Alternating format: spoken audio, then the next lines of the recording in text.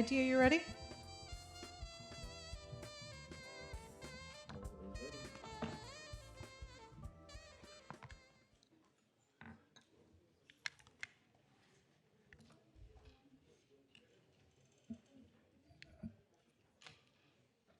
Madam Mayor, we're ready.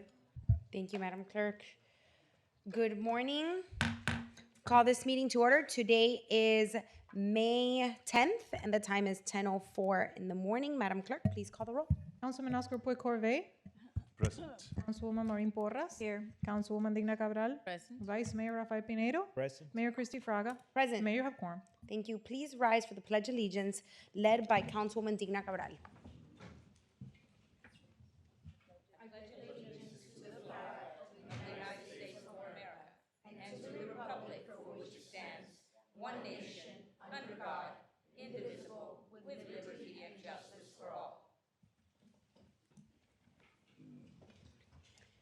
And now we will have our invocation by Pastora Nelly Moreno from Walking with Jesus. Pastora.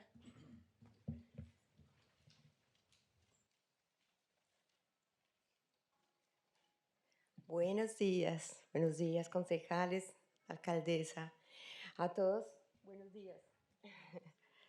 Bueno, es una bendición para mí estar en este día, en este lugar. Quiero darle también gracias a Dios por esta iniciativa y por ustedes haberla aprobado, de poder tener este espacio tan importante. A veces las personas piensan que el servicio a la comunidad es fácil. Pastora, dame un segundito. Si Okay. podemos ver si... Nando, would you come up and translate? We need to have a translation. Sí, va a ser en español. Sorry. Thank you. Sí. So she's very, very happy to be here. She's very happy for this initiative of being able to pray before any council meeting. She's very happy with the community, and she wants to thank you guys for keeping this, for making it an action, and go on. Ok. Bueno, lo que decía, a veces piensan las personas que el trabajo, el servicio a la comunidad es algo sencillo para ustedes. People think that the public work and serving the community is easy, Pero sé que tienen mucha responsabilidad, que no es fácil porque están ustedes siempre pues ante la gente expuestos. but I know it's not easy, and it carries a lot of responsibility because it's not easy. Ahora, yo pienso que por eso este espacio de orar es tan importante, porque les permite a ustedes recibir un poco de esa paz que necesitan para poder trabajar. And that's why this moment of prayer, this moment of invocation, it helps you be able to find that peace and be able to proceed with this tough work. De manera que la oración que vamos a hacer y para la cual invito a todos los que están aquí también es basada en un versículo de la Biblia. And this invocation is based on a verse in the Bible, Filipenses 4, 6, 7. Philippians 4, 6, 7. Es un versículo que es muy importante porque nos da una guía de cómo debemos orar. Casi siempre las personas no saben cómo orar, pero este versículo nos da una guía de cómo debemos orar para una cosa muy importante, y es tener paz. Paz para poder trabajar, paz para poder desarrollarnos en nuestra vida And cotidiana. this prayer is very special because it's a guide on how you should pray specifically to find peace. Este versículo dice, por nada estén preocupados o afanados o inquietos. This verse says that you should not worry. Oren por todo. Pray for everything. Díganle a Dios lo que necesitan Tell God everything you need y denle gracias por todo lo que Él ha hecho. and thank Him for everything He's done. Y entonces la paz de Dios, que sobrepasa todo entendimiento, bueno, la paz de Dios, digámoslo, And then God's peace reinará en sus corazones will reign in your hearts, donde están sus emociones, sentimientos. where your emotions are, Reinará en su mente, que es donde están sus pensamientos. will reign in your mind, where all your thoughts are, Y esa paz gobernará todo su ser.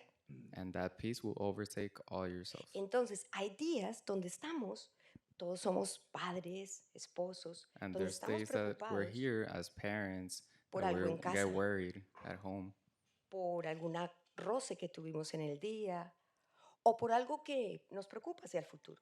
or anything that worries us from the future. Entonces, vamos a hacer esta oración basada en este versículo. Vamos a orar por lo que nos preocupa, vamos a decirle a Dios lo que necesitamos, vamos a darle gracias por todo lo que ha hecho, porque esto nos recuerda que es fiel y que nos va a ayudar hoy como nos ayudó antes, y entonces le vamos a pedir esa paz a Dios para que gobierne nuestros corazones y a ustedes les dé paz y les ayude y les guíe a todos So we're going to con su pray. trabajo de hoy. So we tell God about all our worries, anything that's been troubling us, then thank Him for everything that He's done and will do, and for that peace, so He could guide us and you guys as officials to lead this work.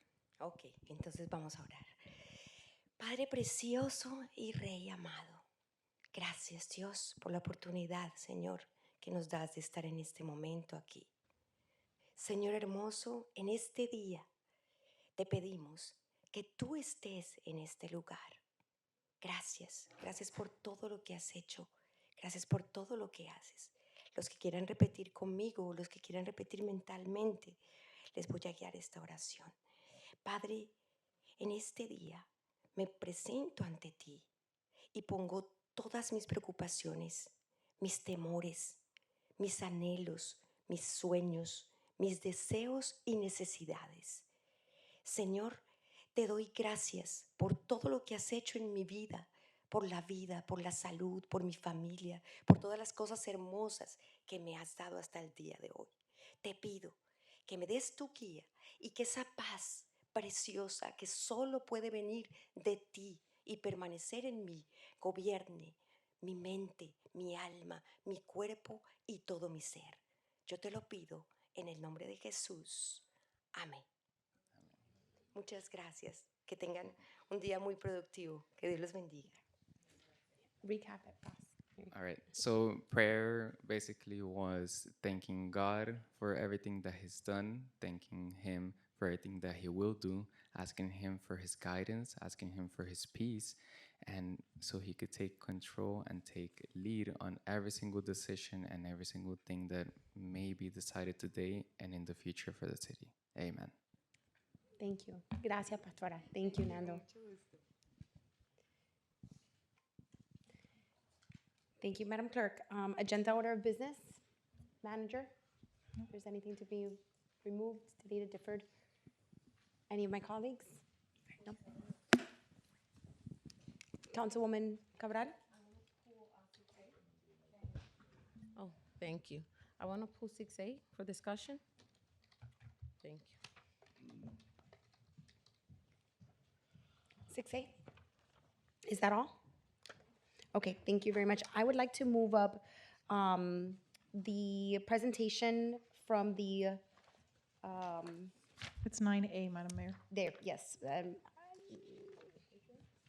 It's Item the 9. presentation by the Veterans Military Affairs Advisory Board, 12A. We're going to move it up to the presentations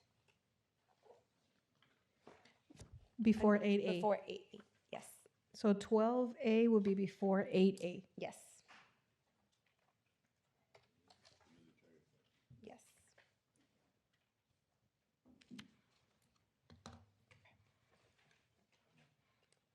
Okay, Madam, That's it. thank you very much. We're going to open up public comments at this time. Anyone who is here to speak on an item on the agenda or that is not on the agenda, please make sure you fill out a comment card. Keep your comments under the 3 allotted minutes that is given to you, and please address the council in a respectful manner. We'll start with the cards that were filled out. Mr. Richard Glutzak.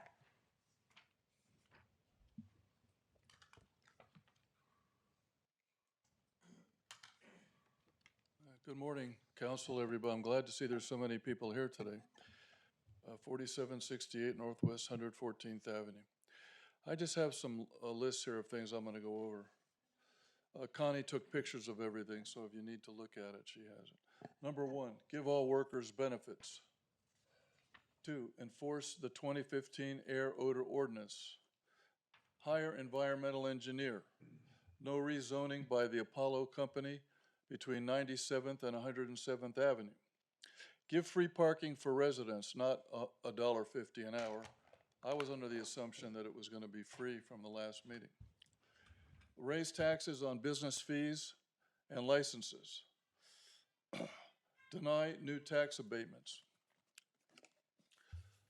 Prohibit the council from appearing in any city advertising campaigns on radio, TV, internet, or print.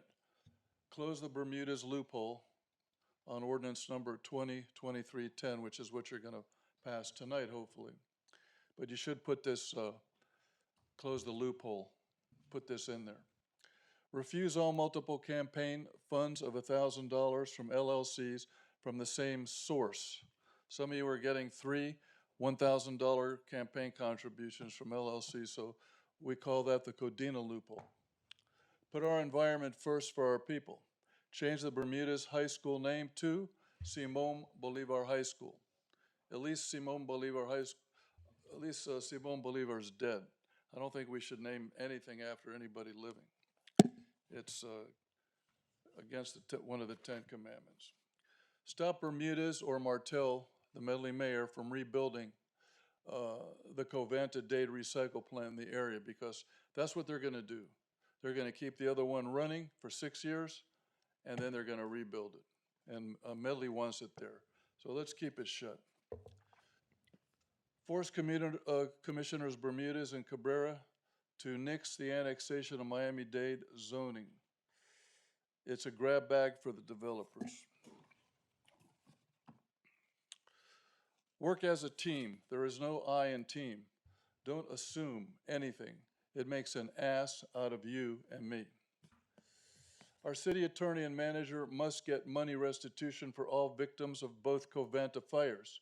Go after the insurance companies. Don't tell the residents to get their own attorney. Put the community first. Serve the people, not yourselves. Spread truth and love and get reelected. Abolish Maggie Santos's Department of Spin. Abolish the Sister Cities program for Doral. It's very expensive and it's a ripoff. People go to other countries with that. Abolish the city insurance we have with the League of Cities. If you don't do anything wrong, you don't need the insurance anyway. And the last thing is, replace Mr. Julian Perez fast, or we're going to have an overdeveloped city again.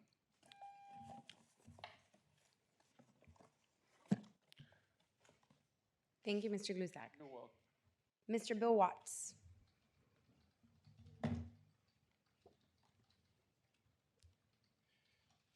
Good morning, Council, Madam Mayor. Great day to be alive in the city of Doral. I'll just be real quick and brief. I am the president of Las Brisas at Doral, which is right across the street from Eugenia B. Thomas. We have had a severe problem with parents using our entries and exits to drop off their kids. We've had wrecks there. We've had kids almost get hit. It's my understanding the gentleman came before you got the council and mayor not long ago about the same issue at Ronald Reagan.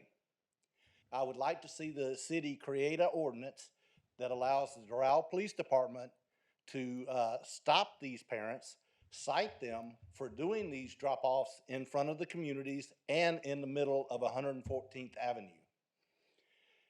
It's a danger. I don't know of any recent children that have been hit, but in the past, there's been several kids that have been hit in the street. One was almost completely run over by a dump truck many, many years ago, which I fought to make 114th a no-through truck zone. So with that part being said, I would also like to bring up the fact that in my community, we have a master association and we have 8 sub-associations. The master and 7 of the sub-associations all work in harmony. Everyone is clear and transparent, but we have one association that only the president and his live-in know what's going on with the finances of their own building. Unit owners ask for information, they get nothing, or they're given a hard time about trying to get it.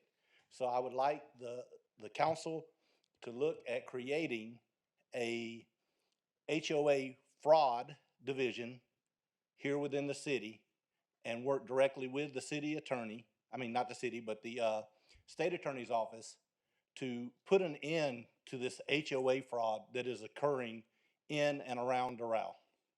Thank you very much. Thank you, Mr. Watts. Louis Mar Garza. Louis Morsberry Garza, homeless. As to item C, where you're going to be putting audiovisual systems and hardware in the Doral Central Park, is that another way for you to implement the smart city surveillance upon the residents of the city of Doral? Next one, item K, you're wanting to buy new trolleys. Will there be a fifth route set up? And why aren't we looking more at maintenance as opposed to replacement of the vehicles? I know they have a certain life, but seems to me like there's really no need for an extra 5. And finally, Q, where you are about to have, I guess, a school office in the city of Doral, in the building for the school board. And my question is, will these meetings be advertised and open to the public? And particularly, why would we have it here when you're kind of asking to have extra staff, time, money, et cetera? And I really would like clarification as to the meetings being open. And I think I had one more. Nope, that's for the afternoon session. And for the traitors, trannies, and tyrants, resign, resign, resign. Thank you. Thank you, Ms. Garza. If there's anyone else who would have public comments, now would be the time to come up and speak on any item on the agenda or not. Okay, being none, Madam Clerk, let the record reflect that there is no more public comments. Public comments is closed at this time. We move on to the consent agenda. Madam Mayor, it'll be all of the items on section 6 with the exception of 6A. Motion to approve. Motion by Councilman Oscar Puig Corve, second by Vice Mayor Pinedo. Madam Clerk, please call the roll. Motion to approve the consent agenda with the exception of item 6A, made by Councilman Puig Corve, seconded by Vice Mayor Pinedo. Councilman Puig Corve, Yes. Vice Mayor Pinedo, Yes. Councilman Porras, Yes. Councilman Cabral, Yes. Mayor Fraga. Yes. Motion passes. Thank you, Madam Clerk. Now, can I have an approval for the minutes? Yes, it'll be all of the items on section 7. Do I have an approval on the minutes? Motion to approve. Motion to approve by Vice Mayor Pinedo, second by Councilwoman Puig Corve. Madam Clerk, please call the roll. Motion to approve items 7A through D, made by Vice Mayor Pinedo, seconded by Councilman Puig Corve. Vice Mayor Pinedo, Yes. Councilman Puig Corve, Yes. Councilwoman Porras, Yes. Councilman Cabral, Yes. Mayor Fraga. Yes. Motion passes. Thank you, Madam Clerk. We're now going to discussion item 9A. I'm sorry, discussion item 12A, the Military Affairs Advisory Board, April 2023 report. Yes, thank you. Mr. Watts?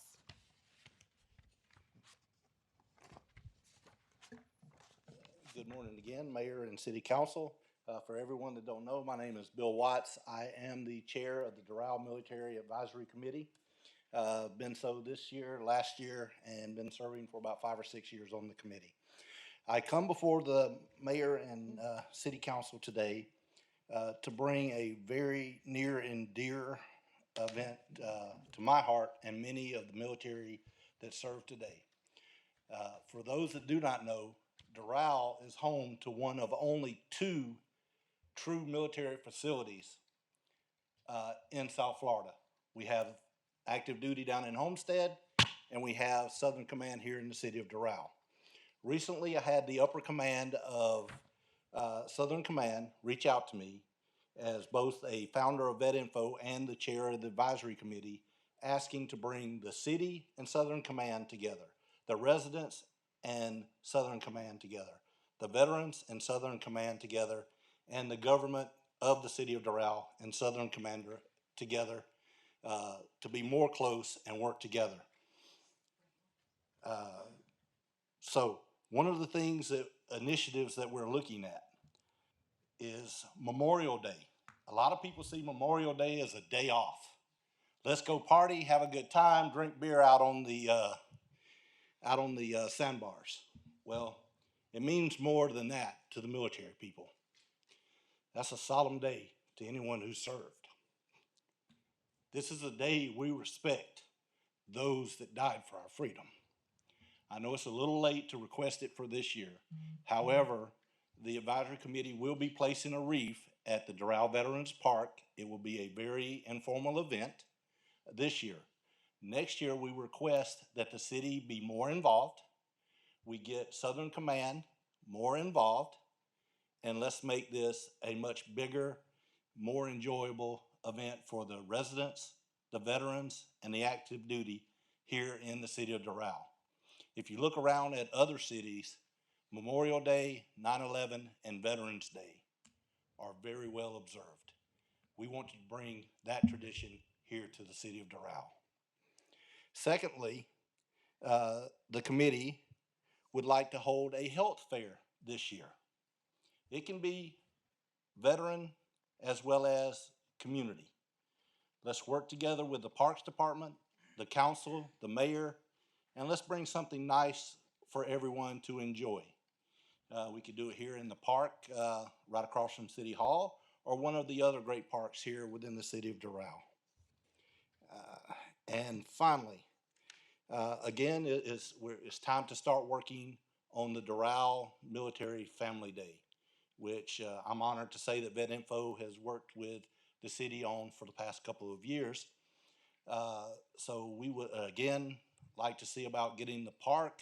It was well received here across the street in this park, and it was also a great event when we held it at Doral Glades Park.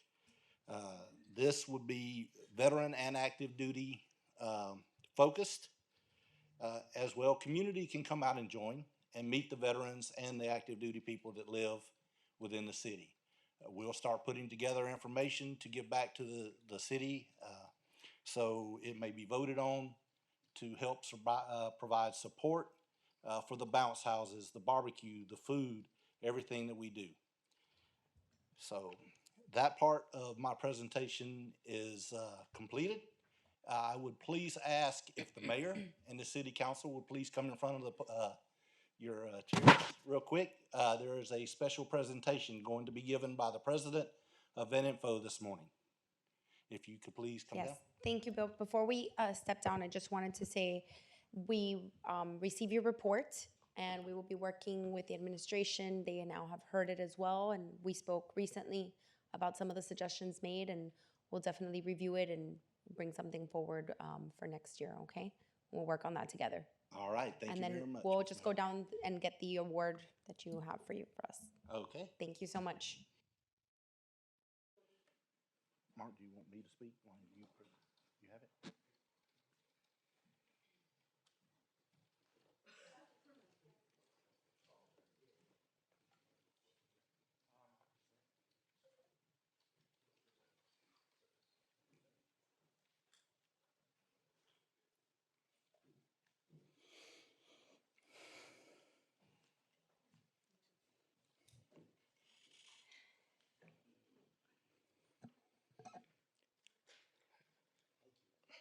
Good morning, council members.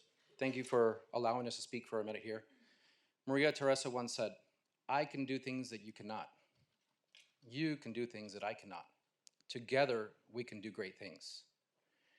The city was the first grant that we ever received as a nonprofit organization. It helped build part of our fishing and kayaking program. And to this, we want to give you this award, our Founders Award, the first one ever given by VetInfo, for the city who has supported us unwavering, and we hope to continue this relationship and partnership just as we continue to work with you guys in every activity that we do along with the Military Advisory Board. So we thank you for your support, and we continue to be grateful. Thank you.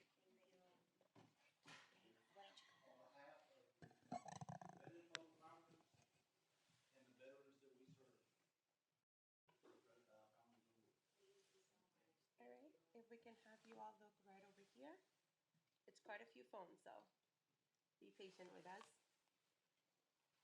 Great, thank you.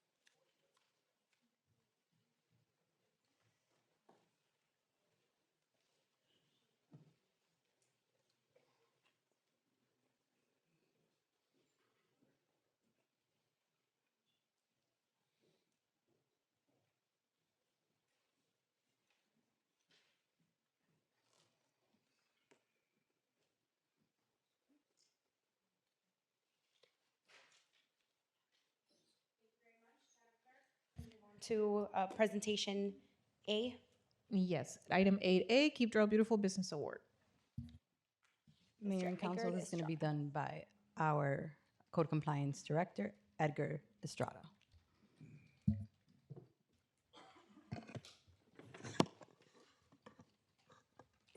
Good morning, Honorable Mayor, Vice Mayor, members of the City Council, Madam Manager, Deputy City Manager, Madam Clerk, members of the audience, Madam City Attorney as well, Edgar Estrada, Co-Compliance Director.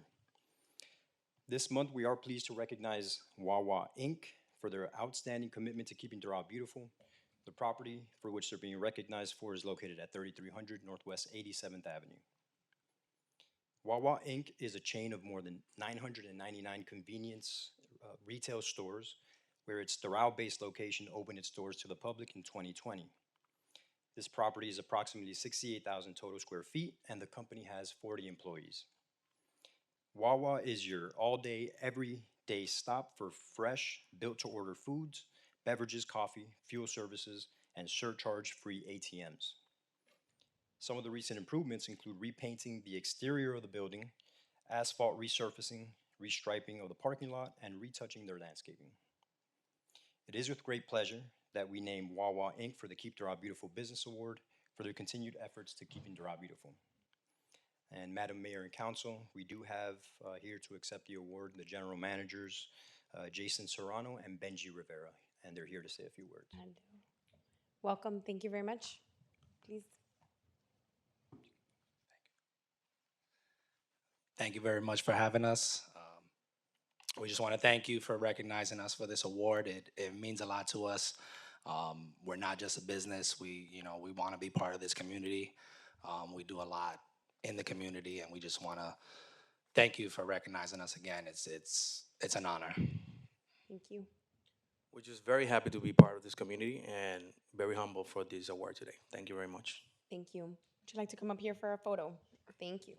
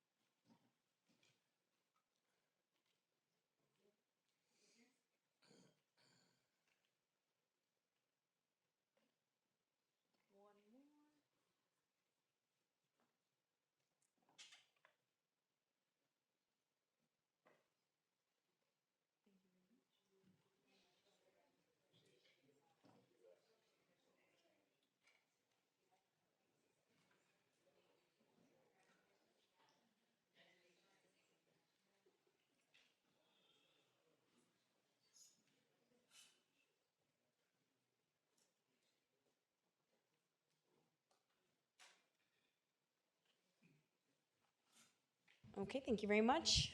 Once again, Code Compliance, Mr. Edgar Estrada, and the Company of Wawa. We move on to item 8B. Item 8B, Police Department recap presentation. Madam Mayor, our Chief of Police, Edwin Lopez, will be doing the presentation. Welcome, Chief. Good morning. Morning. First, I want to thank the mayor, vice mayor, council, and our city manager and deputy city manager for the continuous support for our police department. We have an amazing police department. Coincidentally, we marked 15 years this summer from the first day of service. So I have some of the men and women here of the agency that represent the good work that has been done here historically. And as a chief here, for the last 4 months, it's important for me to highlight the work that has been done, and also their open-mindedness with my vision and my outlook for the years to come. So very grateful to have command staff and the team on board, both civilian and sworn. They're very important.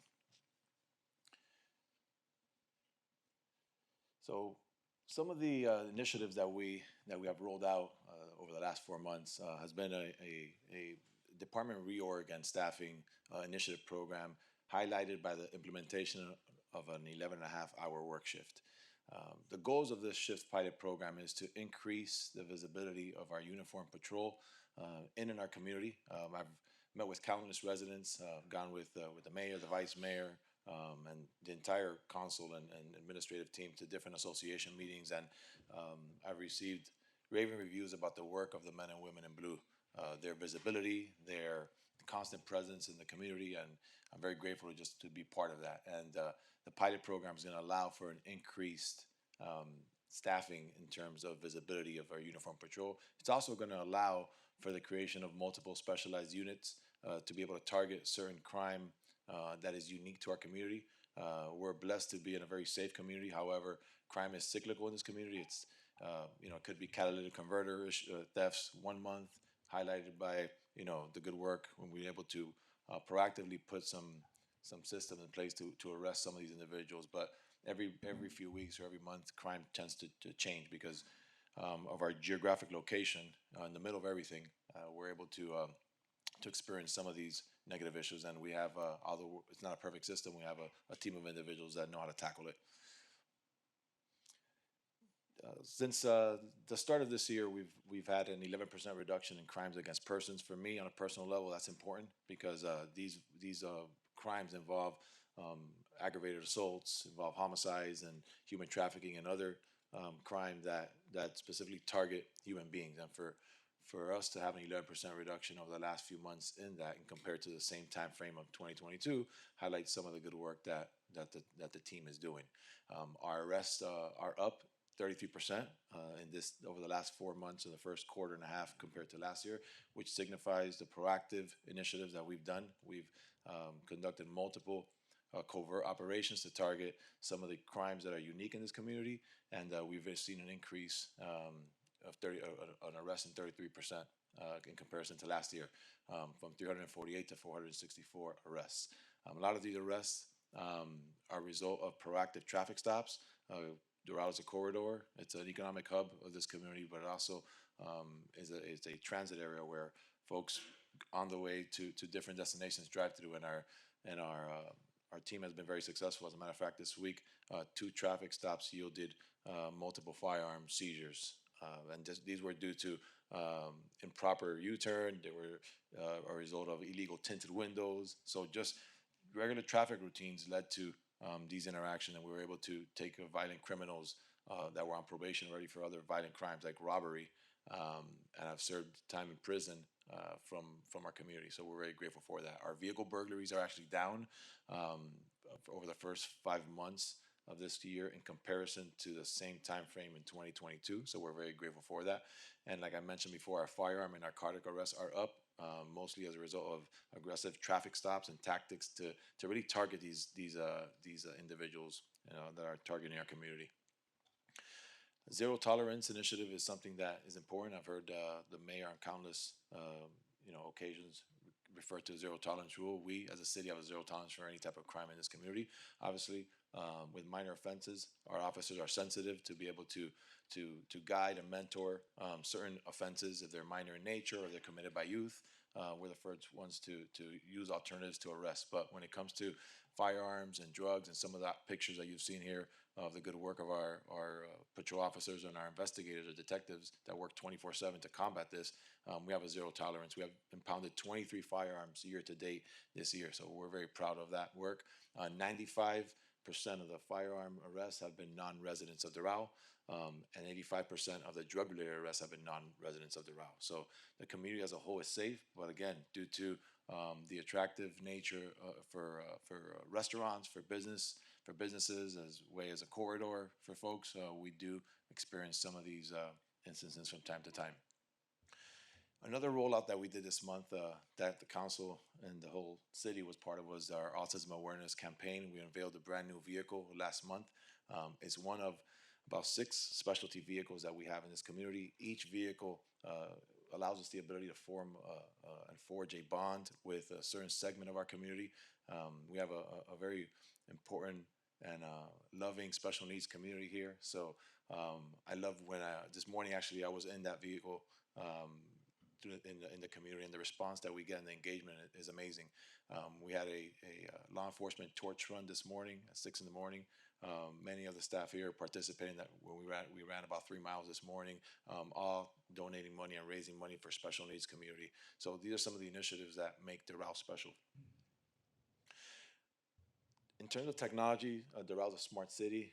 We have the luxury of having 26 intersections with housing 148 LPR cameras, license plate readers. This allows us to monitor stolen vehicles and other criminal activities in the area.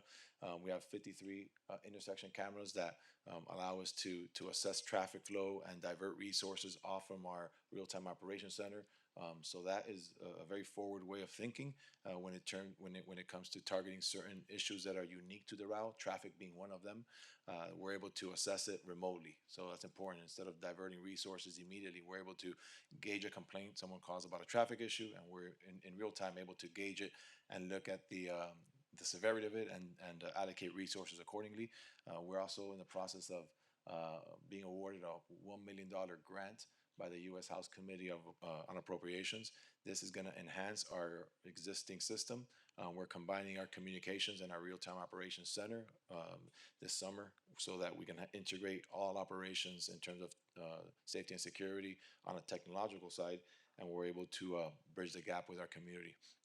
Doral Connect is also a new program that started this year that allows us to link our real-time operations center in real time with various homeowner associations to monitor various common areas in those communities. Businesses as well. We have over 50 businesses already have signed up to the program. It's free and it allows us to tap into those communities in the event of a critical incident. Our training unit has done an amazing job working with other agencies, putting multiple training sessions. Doral, because we're in the middle of everything, we need to move forward with building positive relationships with other law enforcement agencies. We know that, God forbid, we have an active shooter or an active killer in one of our communities, we're going to need the help of other instances. We've had hoax active shooter calls. Last week we had one at FIU where we were able to help them in the response mechanism to it. Thankfully, it was a hoax, but it did test our capabilities in terms of responding in real time. We had an active shooter drill last month that involved over 7 agencies, and that was an amazing experience to be able to utilize negative experience in the community throughout this country and turn into something positive for us. We were able to assess our deployment. We saw last week we had a shooting in Texas where multiple people died, and it seems to be very common. Whether you're in a church, whether you're in a school, whether you're in a movie theater, whether you're in a concert, we stand ready as your police department to defend this community by any means necessary. On the heels of that, collaboration is something that's important for us. These are just a few of the pictures that we have that depict some of the work that we have done. We participated, whether it was the Covanta fire, whether it was an aggressive driving initiative with over 20 agencies, both local, state, and federal, like the top picture on the right. We were able to issue over 300 citations in one day. Really folks that are parking in handicap spots, that are speeding through our school zones, that are really causing a lot of issues for our residents and business owners here in the community. We also, for the first time, had officers attend the robbery intervention detail training with Miami-Dade Police. 5 officers successfully passed that course for the first time in the history of this department. So it's something that really equips our officers with the next level of training to be able to combat any situation that's presented to them. This summer, we're going to be creating an incident containment team, which is going to be a tactical team. The first course is going to be in July. We hope to get a lot of participation from some of these folks here and some others that couldn't make it today to be part of that tactical team. It's going to be a rapid deploy active shooter team that, God forbid, we have an incident that has that next level of training. So other agencies in the community have it, and I think it's critical for our department here to have it as well.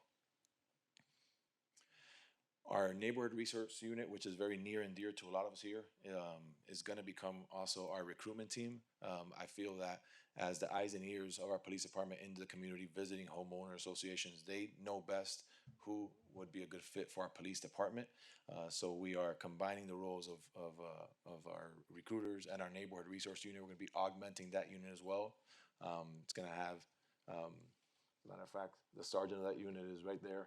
Sergeant Matt Bradgick, he's in the back. He's going to lead about 5 officers going into the community and identifying individuals who have the necessary skill set to be part of Doral. And for me, that's important because we need a system here moving forward where we're really tied into the community and know the needs of that community. And for us, it's gonna serve critical. Some of the accomplishments that I've mentioned are listed there. The reorganization of the police department, the camera integration program, the robbery intervention detail training I mentioned. We hosted a team building event, the first ever United We Ball. It was a basketball tournament attended by over 100 individuals from our police department, which was amazing, utilizing our awesome parks. We look forward to taking full advantage of that. In the summer, we're planning a softball tournament as well, where we will face off against hopefully some city staff, and it should be a fun, competitive game. We'll probably win, but we'll keep talking, keep moving. We're implementing a physical agility test. Doral Police Department currently doesn't have a process for new officers to come on board if they're certified, for example, to pass a physical fitness test. I think it's critical. We're operating in 100-degree heat. Seems every summer it gets hotter. Officers need to be able to, go from the first floor in City Place all the way to the 4th floor, or 3rd floor, or 2nd floor in the event of an emergency. So implementing a system for new officers coming on board is critical to the success of this department. We spoke about the $1 million grant that we're looking forward to receiving this summer or fall. The 15th anniversary that's coming up is another key highlight for us looking this summer, and the pilot program regarding our shift is going to be critical to increase staffing as well. We're also welcoming Ginger.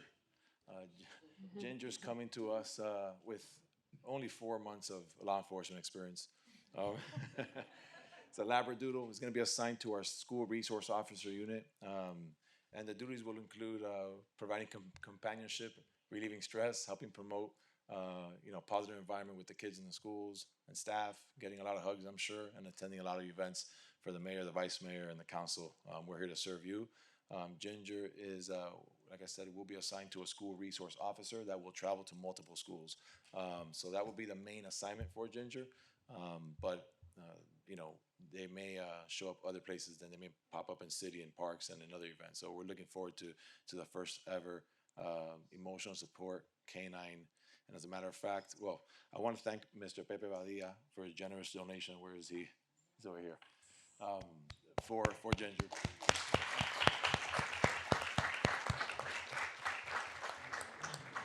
Mr. Badia has been a staple in this community and a business owner for many, many years, and we're grateful to have the partnership and the relationship with those individuals in the community that really care. And he didn't balk at the idea at all when we met about this program. So I want to thank the mayor as well for visiting and explaining the vision of the city moving forward with Mr. Badia. And for me, it's critical to have that support in the community. So Ginger will be assigned to Officer Catherine, officer over here. You can come up. So Ginger was sick this morning. but and sneezing, but but was able to roll out of bed and make it over here. So I also want to bring Ginger in here as well. She's coming.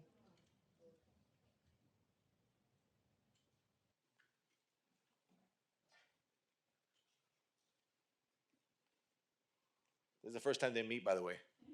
The canine handler No. and Ginger, yes.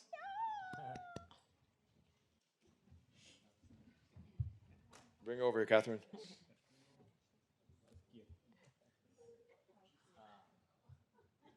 Oh, she's so cute.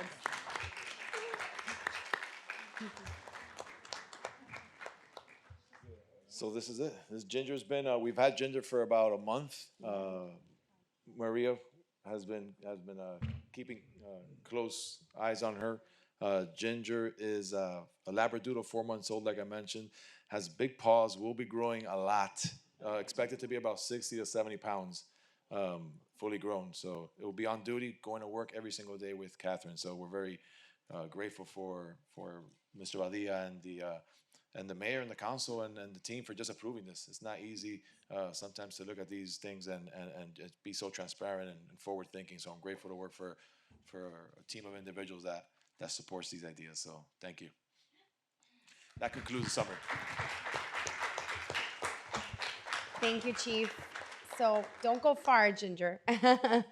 Thank you very much for the presentation. I think it's extremely important that we see what has evolved in the police department since you took leadership. We're very grateful for your leadership and for all of your team for always being available, being out in the community and building that relationship with the community that's so important to us. And for me, particularly the zero tolerance, which I think is extremely important for us to continue to have that position in our city. We understand that, you know, it's difficult to have no crime, but if we have a zero tolerance, we're going to get as close as possible. And secondly, I would like to thank Mr. Badia again, if you could come up, Mr. Badia, as well, for the donation of the emotional support dog. We've never had this in the city. For me, mental health is extremely important in our community and something that we need to destigmatize, not just in our law enforcement. I actually participated this weekend in an event to raise funds for mental health awareness for law enforcement, for our first responders, particularly in this case it was firefighters, but also our police officers, because it's very real, and not just in our community in general. I think it needs to be destigmatized, but also in our law enforcement. So we're super excited to have an emotional support dog, which I'm excited that we'll be with a school resource officer and in our schools, but we hope you'll bring her to council meetings every once in a while too. We could use it as well. So we are looking forward to that partnership and relationship. The name Ginger comes from the spice, and ginger promotes less anxiety and calmness, and so that's how the name Ginger came about. But I personally wanted to thank Mr. Badia. Always has been a great supporter of the Doral Police and Doral in general, and so we're extremely grateful for your contribution. We actually have something for you. We don't have it today, but we're going to be presenting you with a plaque with a photo of all of us, which we'll take right now with Ginger, so that you can commemorate in your office.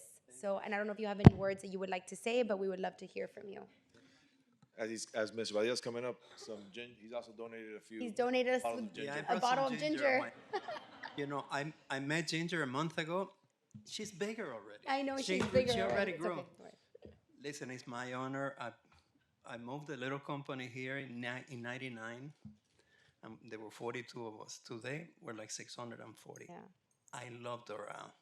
And I'm so glad that you include me in these events. Thank you. Thank you so much. No, we thank you very much. Can we all go down and, I don't know if I think our manager may have a couple comments, and then we can all go down and take a picture so that we can. Thank you, Mr. Badia, for your support and your donations. We really appreciate what we've done. I also wanted to thank our chief and our amazing police department. Thank you guys working in and out.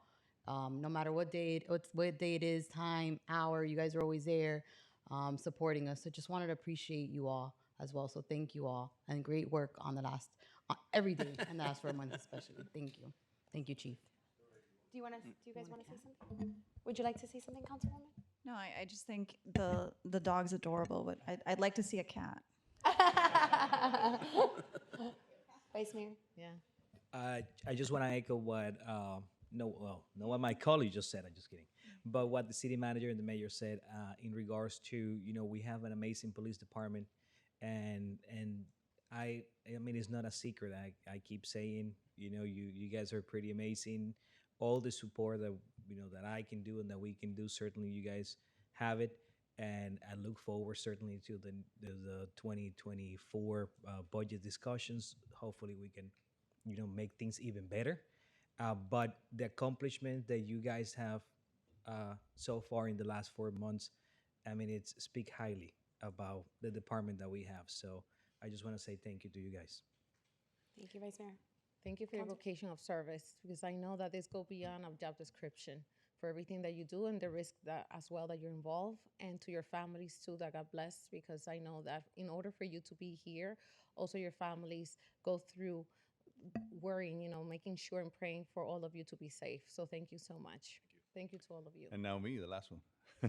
Take advantage to say thank you, Chief. Thanks everyone in the department. I know it's a collaboration to get this together, and the collaboration includes businesses that also take part in our success. And thank you so much. And lastly, the PBA, who's always there for you guys and for us and for the community. Thank you. We have a new representative in town, so thank you for being here. Thank you. Okay, let's go down for the photo. Thank you.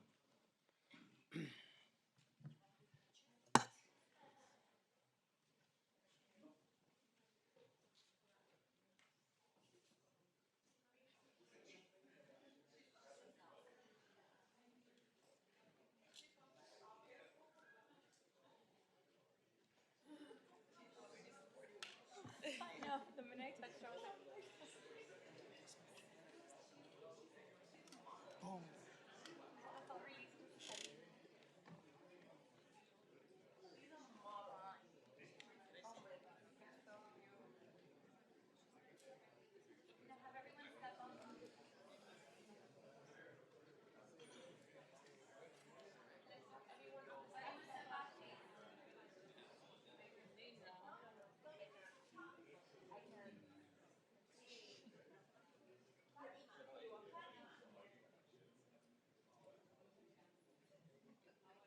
I don't want that job.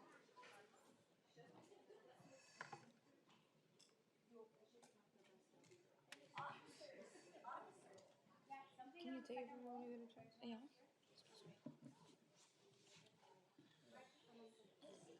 Okay, there's so many.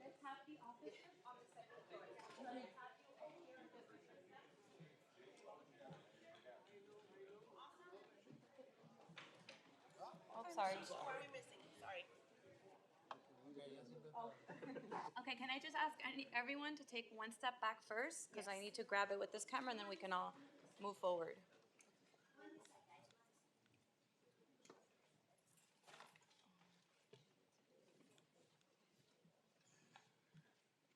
Okay, can everyone just step back for a sec so we can grab one photo? Everyone look here, please. Ginger? Okay, we can move forward. Over here. Everyone look at me really quick, right over here in the middle. And there's a few more after me, so stay right where you are. Thank you. Over here. Thank you. And then a few more after that one too.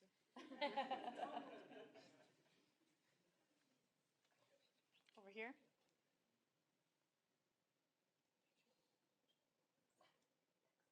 Thank you. All right. I can't make any promises, but. All right. Thank you guys. Okay, I'm gonna need it. Yes.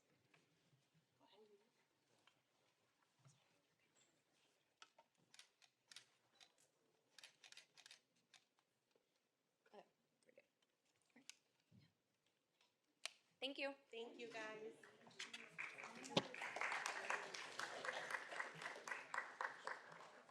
I did. I already sent it.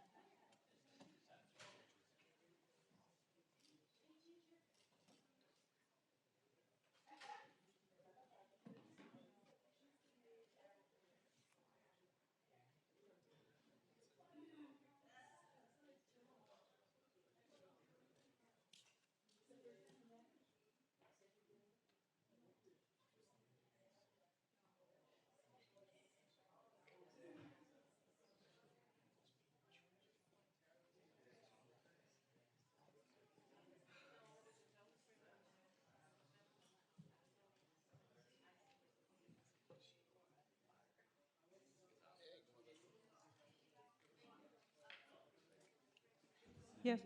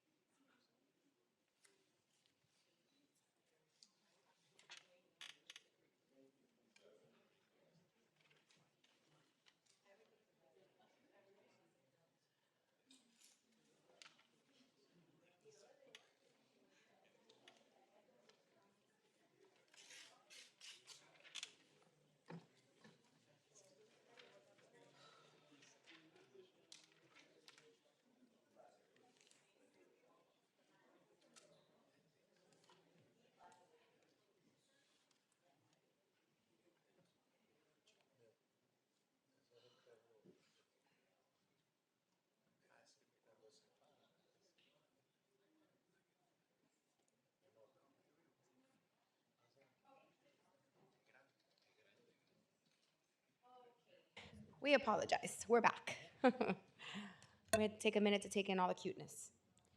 All right, thank you very much for the presentations to Doral Police. And we're gonna move on to discussion items. Before we start discussion items, we need to recess at a time certain today. Public Works is going to be receiving an award and we have to leave here to get there at the county at a certain time.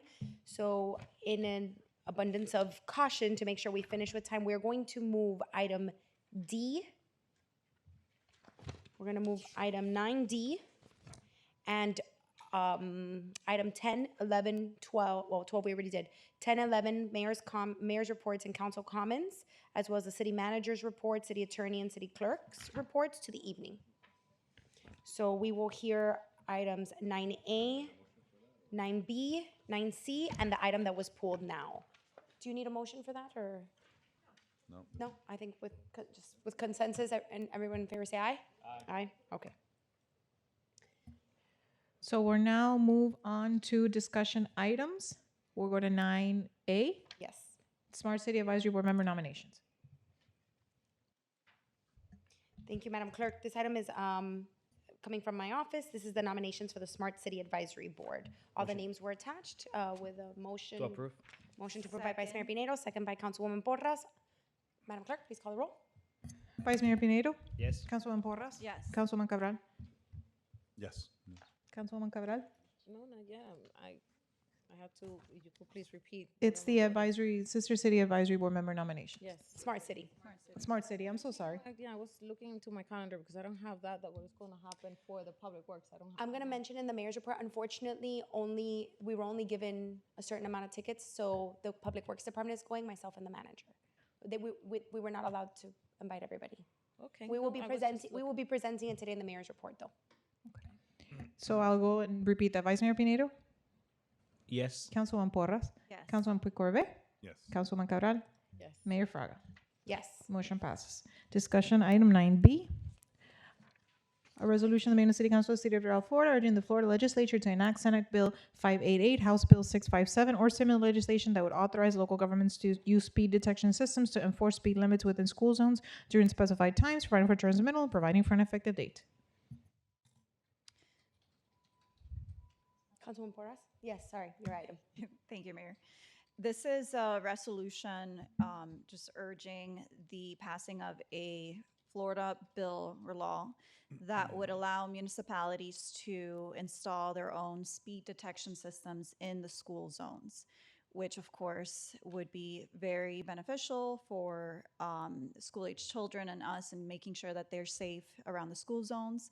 I do have to add that since we created, the city manager helped, attorney created the resolution, the House and the Senate have both approved it. So now it's really sitting on the governor's desk. And so now we we will amend it to urge the governor to sign it.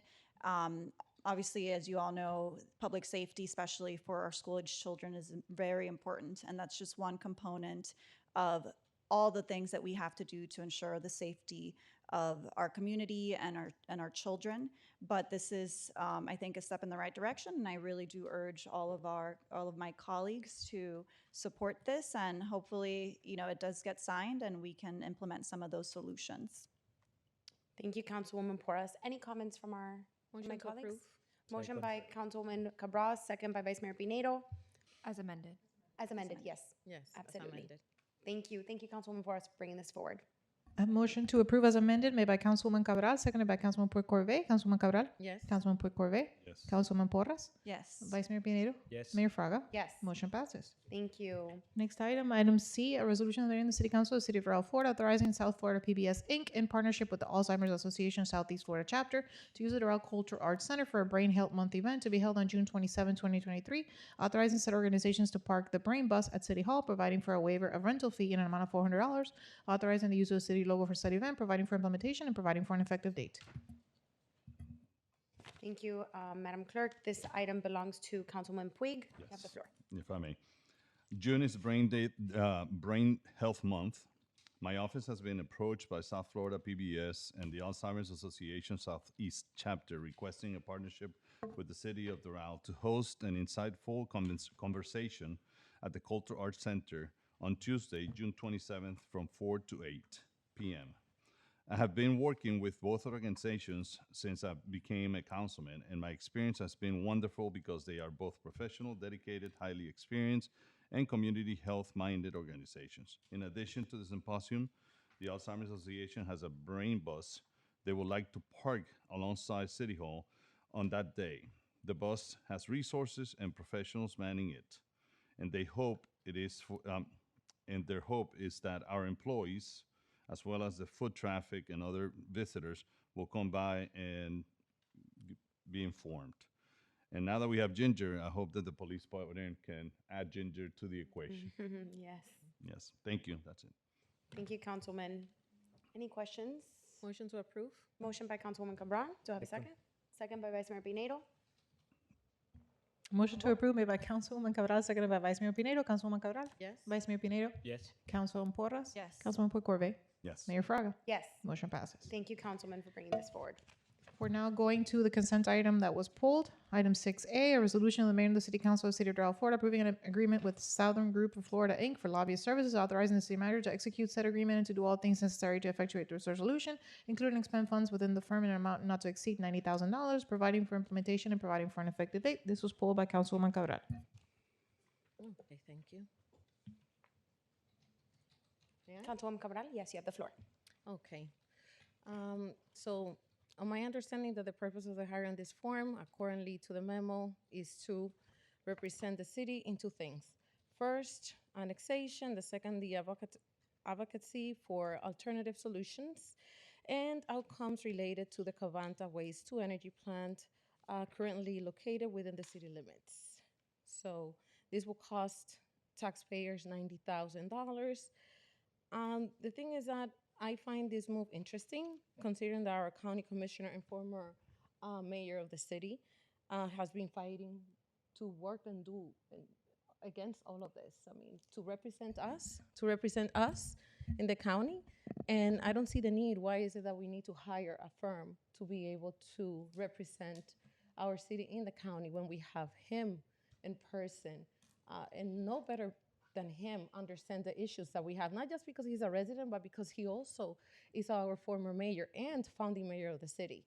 So I actually have met with him several times, and we have conversations and see how we can keep working on this. I mean, anyway, this issue should be resolved within 3 months. I mean, that's the information that I have from the county. So also, I mean, I saw that they have already done work for us in the past 2 months.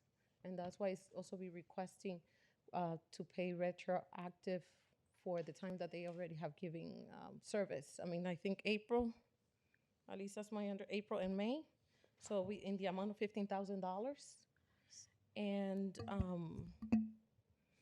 And I would like, through the chair, if I can ask the city manager.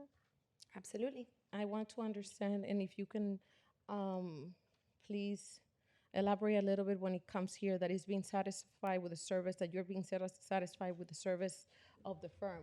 I haven't received any communication.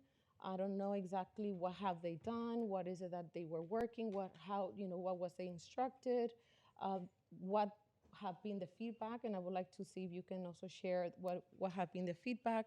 Also, before you answer that question, I also contact the county commissioner office, and I ask if there been any communication that they have received from the city staff, our city officials, our mayor, and our city manager.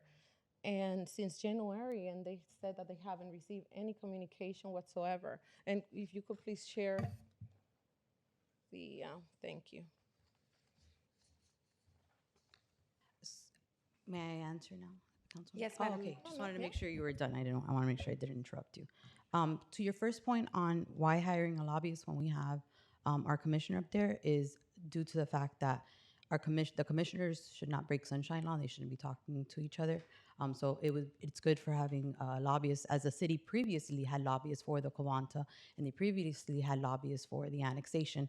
And I wanted to quickly, I know that Councilman Puig had asked me this question.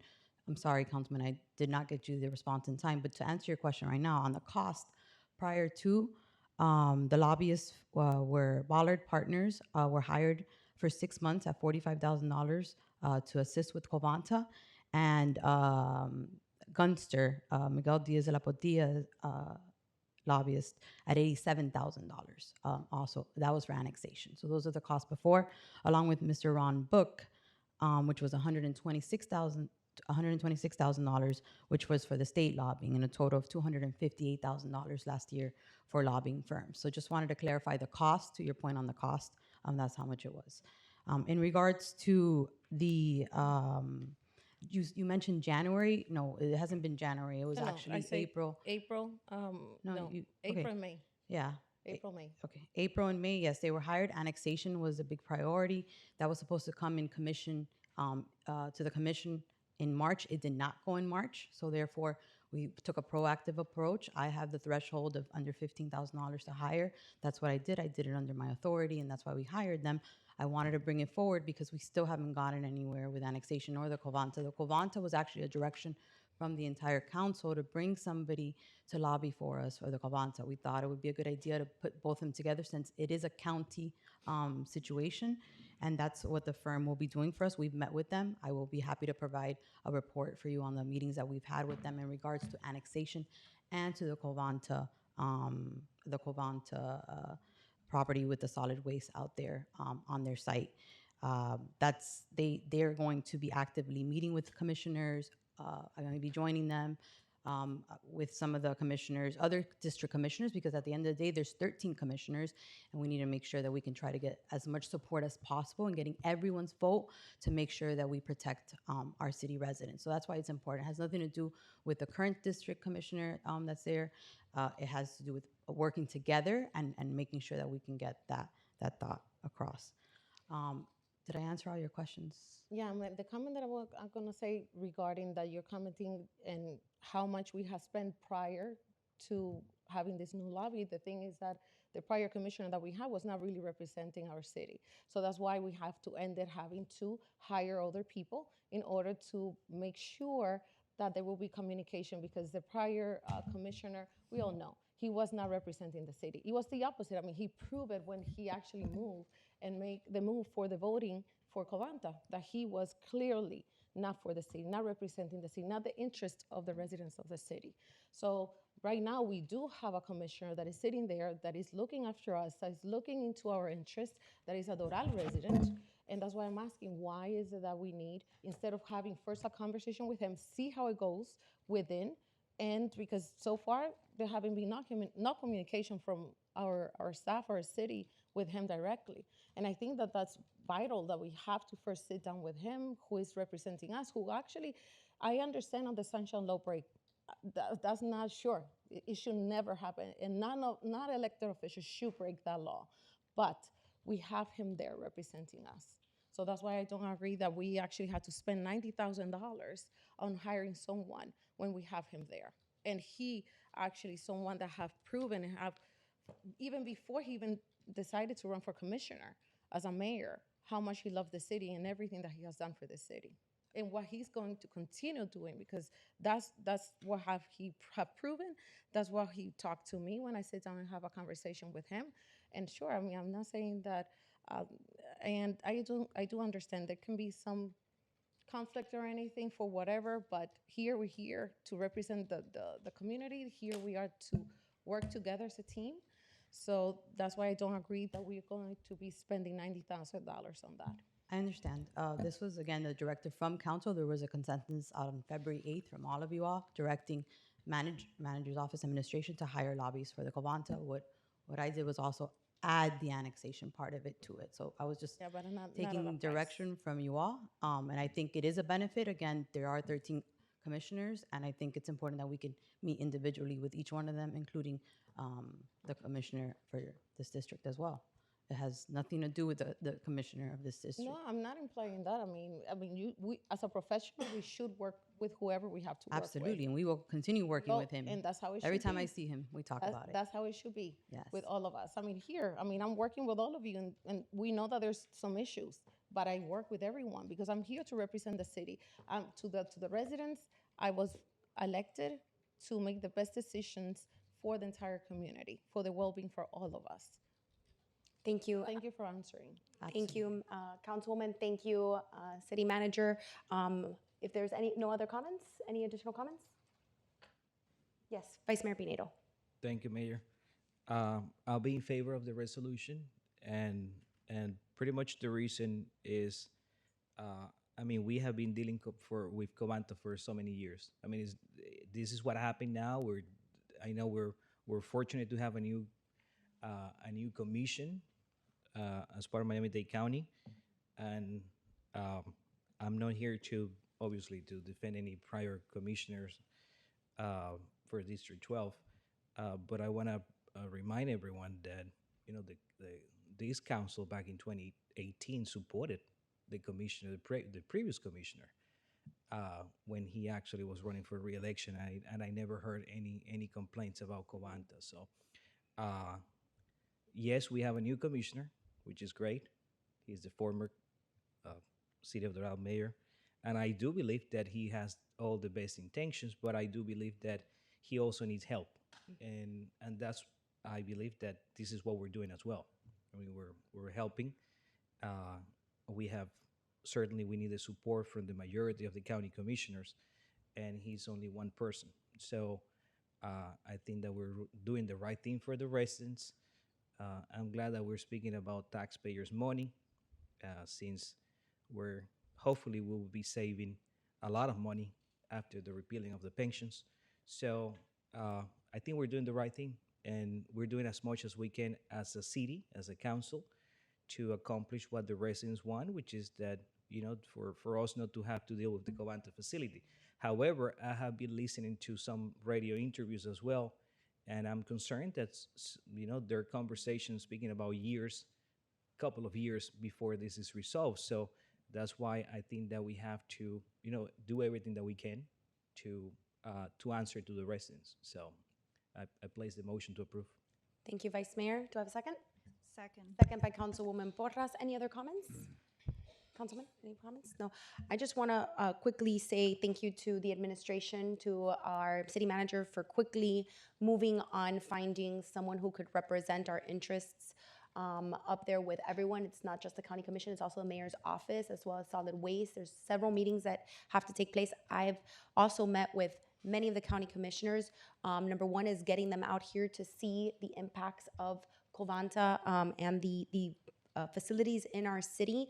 So while this is a very, very important topic, it's not the only thing we're doing. So it's also important to have someone voicing our concerns at all times at the county level. And while, yes, we have a county commissioner who lives in our city, and we hope that that advocacy will definitely make a difference than it has in the past, it's definitely important that we also as a city put our actions forward and make sure that someone is moving the agenda that we have along with our professional staff towards the county. And that's, I think, the role of the lobbyists. And I must say, we are saving quite a bit of money actually now than before. Before we had lobbyists representing on different interests, making quite a bit of money. We have combined and saved $40,000. $40,000 and getting both the things that hopefully the city rightfully deserves. Annexation for me is one of those items that should be done already. It's already been approved previous to the county commissioner coming in, and it's sitting on a desk, and I don't see why. So that was the other reason why we felt that it was important to add to this contract the annexation, because it's something that will impact our city's bottom line. We need more revenue, and that's an important aspect of what we need to accomplish. And so I look forward to continuing to have conversations with our county commissioner about this. There may have not been formal emails, but I can guarantee you there's been several conversations, and he's been invited to every meeting that we have had, and he's chosen to send staff. But we have definitely invited him to all the meetings that we've had with representatives of Covanta and other representatives that have gone out. When Senator Brian Avila was out there, the invitation was extended and he sent his staff. So I understand that there may have been an email saying that there was no representation, but there's been a lot of representation on our behalf, and I'm waiting for the meeting with him, which we are currently working on, so that we can discuss the things that we need to move forward together to represent the city of Doral. So with that, I ask the clerk to please call the roll. I think we're ready. Motion to approve made by Vice Mayor Pinedo, seconded by Councilwoman Porras. Vice Mayor Pinedo. Yes. Councilwoman Porras. Yes. Councilwoman Puig-Corvée. Yes. Councilwoman Cabral. No. Mayor Fraga. Yes. Motion passes. Thank you. With that, I will take a motion to recess this meeting. Hold on, I have something. Oh, sorry. I'm so sorry. Oh, that's right. Sorry. That Yes, is my it's fault. okay. Thank you. So in lieu, and I just, if staff is oh yes, they are ready. Okay. Yesterday was Councilman Puig's birthday, and I want to recognize him and wish him a happy birthday. And we actually brought a cake for him so we can sing him happy birthday here on the dais. Yes. Also in May, we have our city clerk's birthday is Friday, I think, right? Saturday, the 13th. Maria Rodriguez, which is legislative analyst to Councilwoman Porras, also on Saturday. And our chief is also at the end of May as well. So we have a lot of May birthdays. So I wanted to wish everybody a very no, sir, this is your cake. This is for you. But Connie can join you up there to wave the candles. Please do not blow on the cake.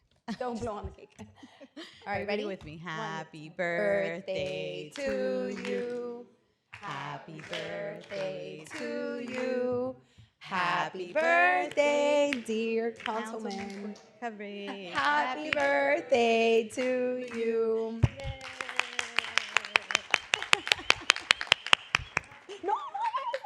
Don't do that.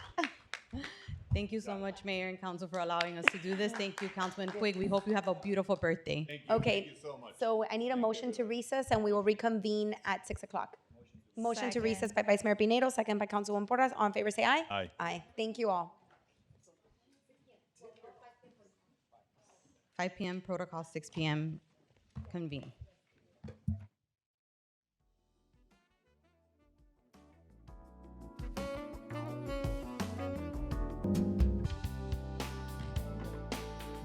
The broadcast is now starting. All attendees are in listen-only mode.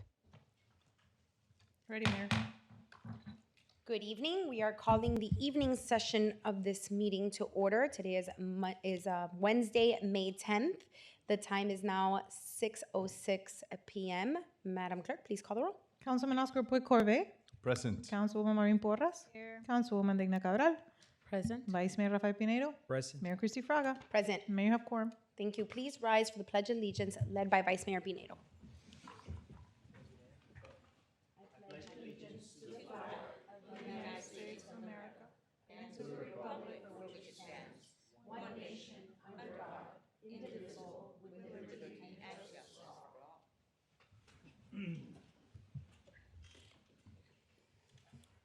Thank you. Madam Clerk, agenda order of business, just to recap. Would you like to do that? Sure, Go ahead. Madam Mayor. I would love Thank to. So we will hear in the evening, we will hear the discussion item 21A. Then we will hear item 9D. Then we will go on to the public hearing items. And after the public hearing items, we will hear the mayor's report, council comments, and all the department reports. Perfect. Any questions or comments?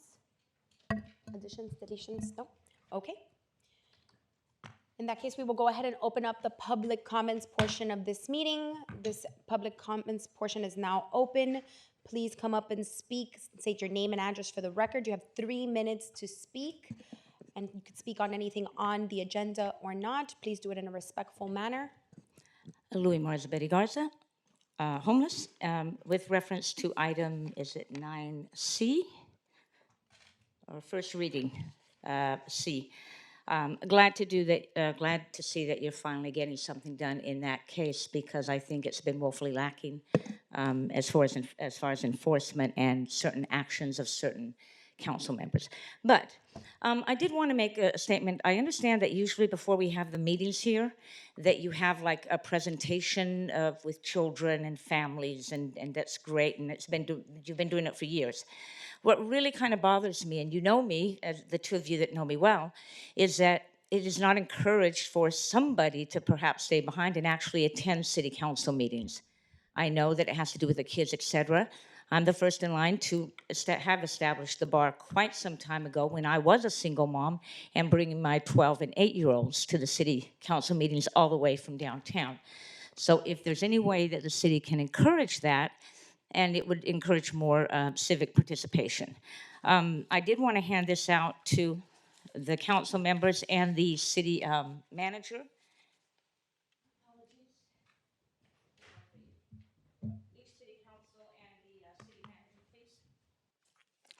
This is just sort of my letting you know that I'm serving you, for lack of a better word, with the truth of what you need to know.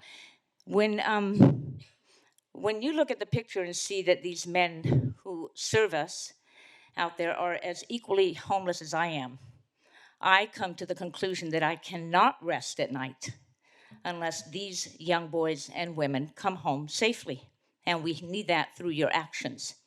And something that kind of dawned on me the other day, I am actually the daughter of a veteran. My father served in the Brazilian army many, many years ago. And so I guess I can add another color to my ensemble of the fact that I am the individual here that is doing everything she needs to do to help the city of Doral get back on the right track. You'll notice on there I put X22 report, and we know these are two places that the city of Doral would do well to perhaps view. E, finalmente, para as pessoas que estão em la casa, eu estou chamando você também, Cláudia Mariaca. Eu digo para todos, se tu quieres hablar comigo, estou no parque de Peacock Park in Coconut Grove, quando tu necessitas. And I'll translate, and I'll say to you that if you ever need to speak to me to get things correct, I can be reached at Peacock Park, the city of Miami. I'm going to the city of Miami meeting tomorrow.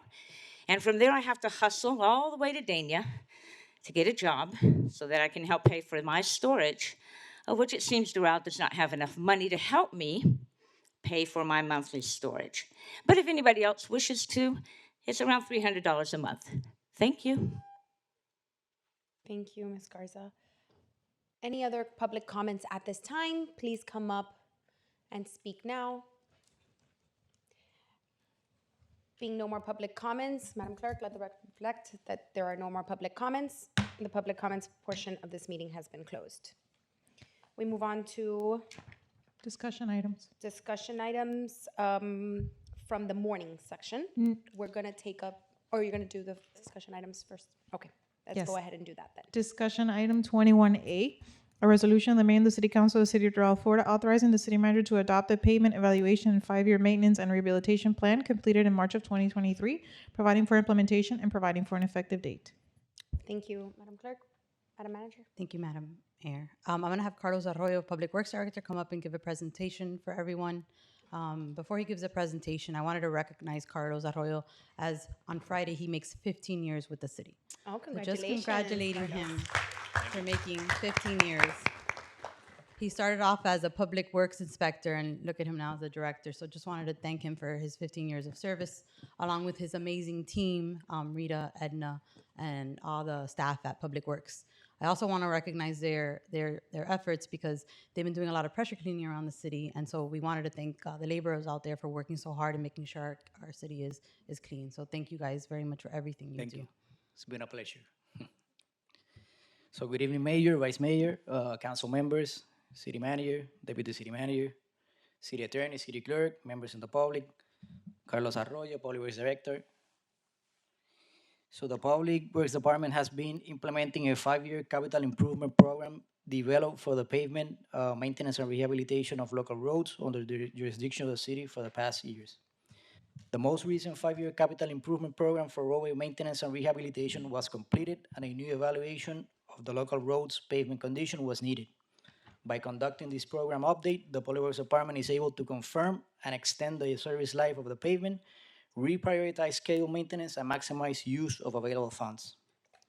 The Public Works Department requested a proposal from Marlin Engineering Inc. for the provision of an update to the pavement management program, which includes a quantitative and qualitative evaluation of all roadway pavement under the jurisdiction of the City of Doral, and the development of a 5-year roadway rehabilitation CIP. At the May 2022 council meeting, the City Council adopted resolution number 22-78, approving the execution of work order number 7 for Marlin Engineering to perform the pavement evaluation and the 5-year maintenance and rehabilitation plan study. Marlin Engineering completed the study, which is presented now to the City Council for adoption. The proposed CIP, including the study, will allow the city to develop a 5-year capital improvement plan with an estimated expenditure of $5.4 million for the next 5 years. The CIP does not require the city to allocate funding for any specific site or requires the city to design and construct projects in this order or magnitude. The intent of the study is to serve as a guide to the city in correlating the projects with an order and/or a cost magnitude. Funds will be allocated and the order of the projects will be determined based on necessity and available funding.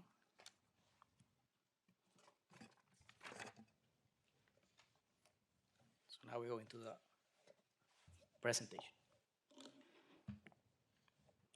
So this effort was led by Ms.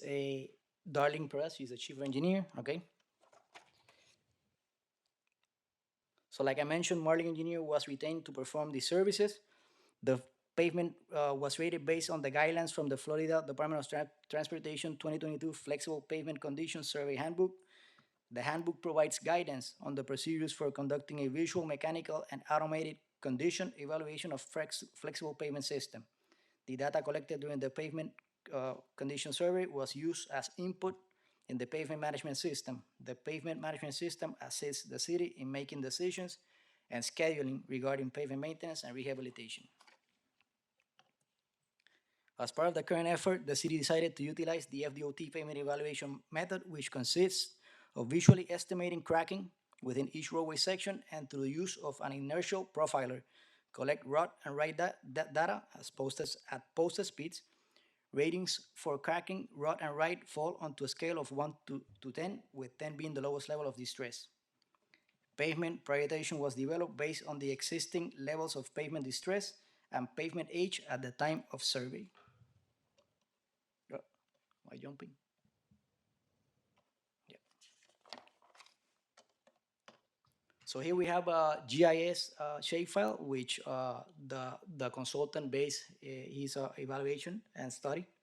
Shows the city's right-of-way. And just as an FYI, here we have another road allocation map showing the magnitude and what's private, county, and city roads.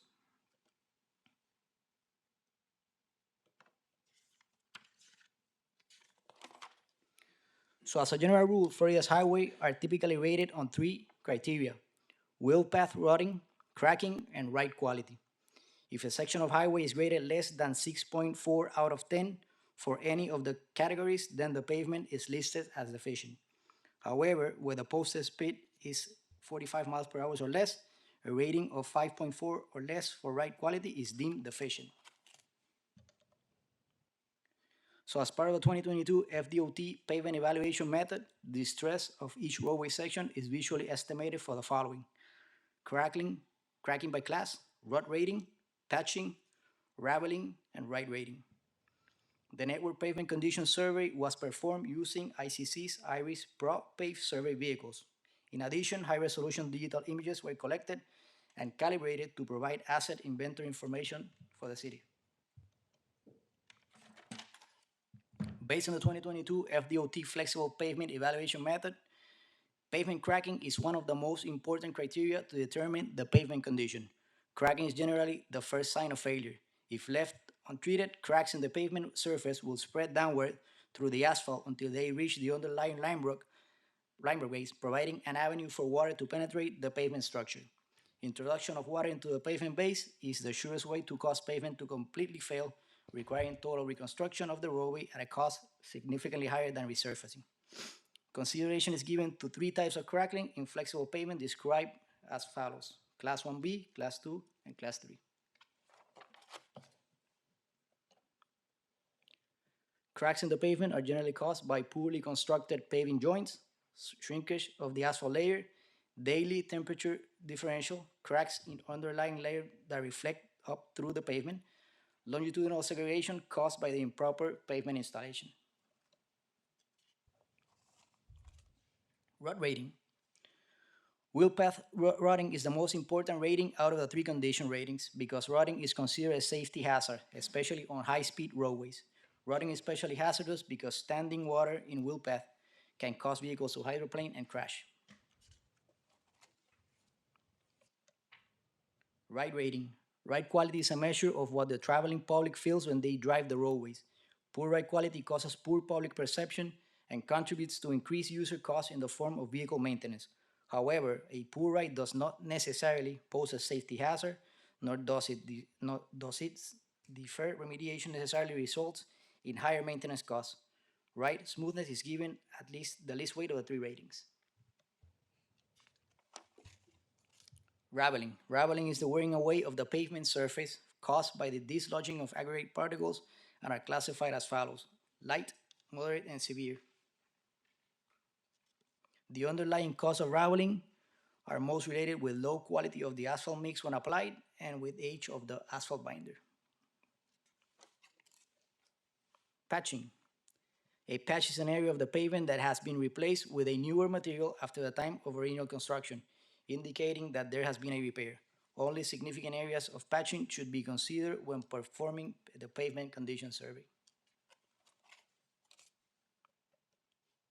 So data collection. How did we do data collection? Data collection involved automated surveying of the existing roadway surface of approximately 63 center lane miles of city-owned roadway, including image capture of all city-owned roads taken every 8 feet. The digital roadway imaging was taken from 6 high-resolution cameras mounted on the survey vehicle. The images from the different cameras can be assembled into a continuous 360-degree view. Pavement prioritization. The main purpose of the pavement condition survey is to assist the city in decision-making process regarding maintenance and rehabilitation activities, such as the scheduling of the M&R during the appropriate stages of pavement deterioration.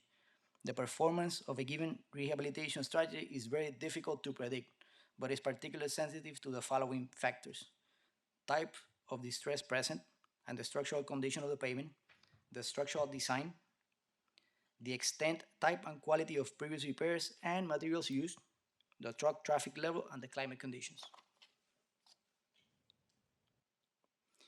A prioritization methodology was developed to schedule the maintenance and rehabilitation activities based on the existing levels of distress of the pavement and the age of the pavement at the time of survey to identify near-term, mid-term, and long-term projects.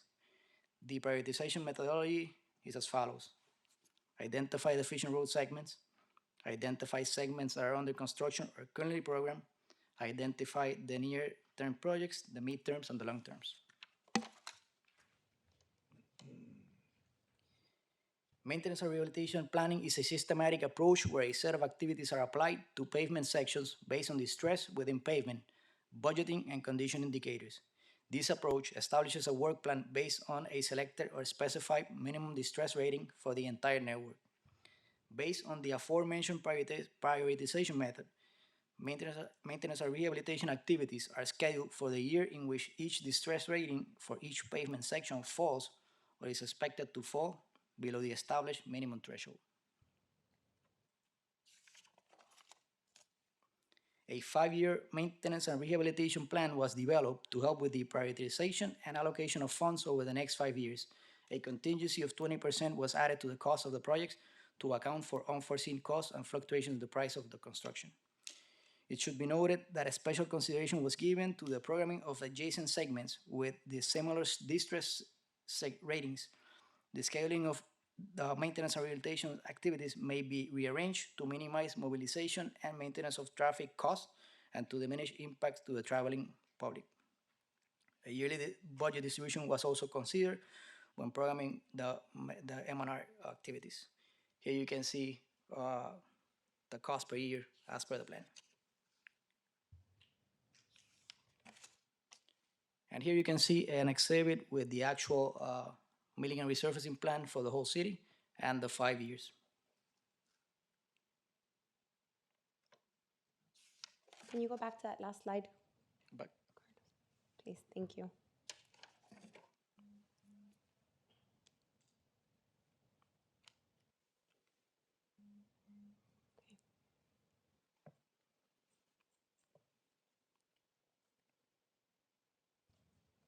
I don't know if there's any questions from council, or can you leave that last slide up, please? Yeah. Thanks. Any questions from my colleagues?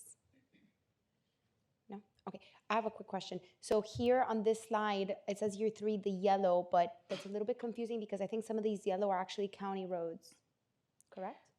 Like 58th Street, 41st Street? The actual yellow is a different tone. It's just It's like a different tone. Okay. So the county roads in the yellow are. So you see here, north of 25th Street, Vanderbilt Park, I think that's 28 Terrace. You see a difference in yellow. Okay, yes. Thank you, IT. Hard to, yeah. And then there's I a just didn't want portion- anybody to be confused with that. It's a different tone, yeah. So there's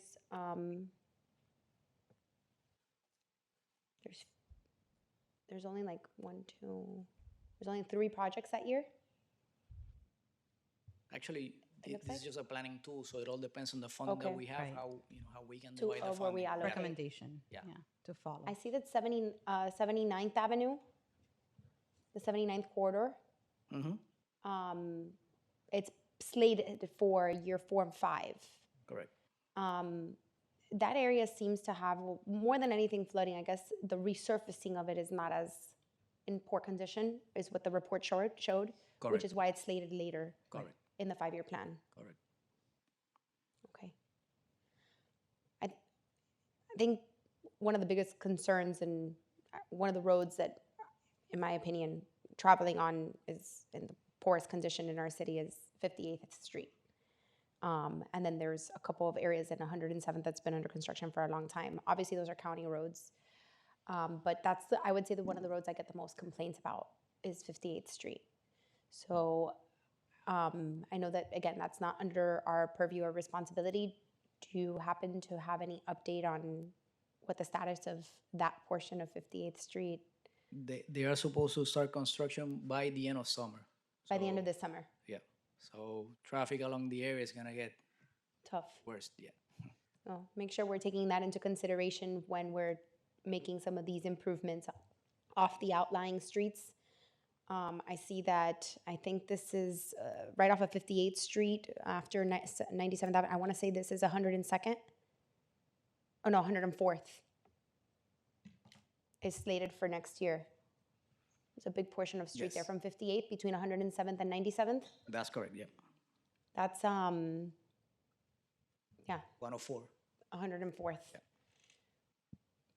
Well, I guess the construction for 58th actually starts from 97th down to the Palmetto, correct? So it That really is shouldn't correct. affect that area too much, but And it's actually gonna be reduced to 2 lanes. So it's gonna be tough. wow. Okay. All right, And any this other? is just a planning tool. We're just gonna use Right. what we have here. We obviously with the funding that we have available, and organize the plan based on all the conditions. Mm-hmm. Okay. Any other questions? No? Okay. Thank you very much. Thank you. We recommend Madam- approval for the resolution. Yes, and can I get a motion? I apologize. Can I get a motion to approve? Motion to approve. Motion by Councilman Oscar Freecorve. Second by Vice Mayor Pinedo. Madam Motion- Clerk? Motion to approve made by Councilman Puigcorve, seconded by Vice Mayor Pinedo. Councilman Puigcorve? Yes. Vice Mayor Pinedo? Yes. Councilman Porras? Yes. Councilman Cabral? Yes. Mayor Fraga? Yes. Motion passes. Thank you. We're now going into the morning discussion item 9D. A resolution of the mayor and the city council of the city of Doral, Florida, rescinding the award for request for proposals number 2021-09 for design build of Doral Pedestrian Bridge, Condote America LLC, rejecting all bids related to RFP 2021-09, providing for implementation and providing for an effective date. You're gonna get it? Oh, okay. Mario's coming, Connie. Oh, Mario's coming.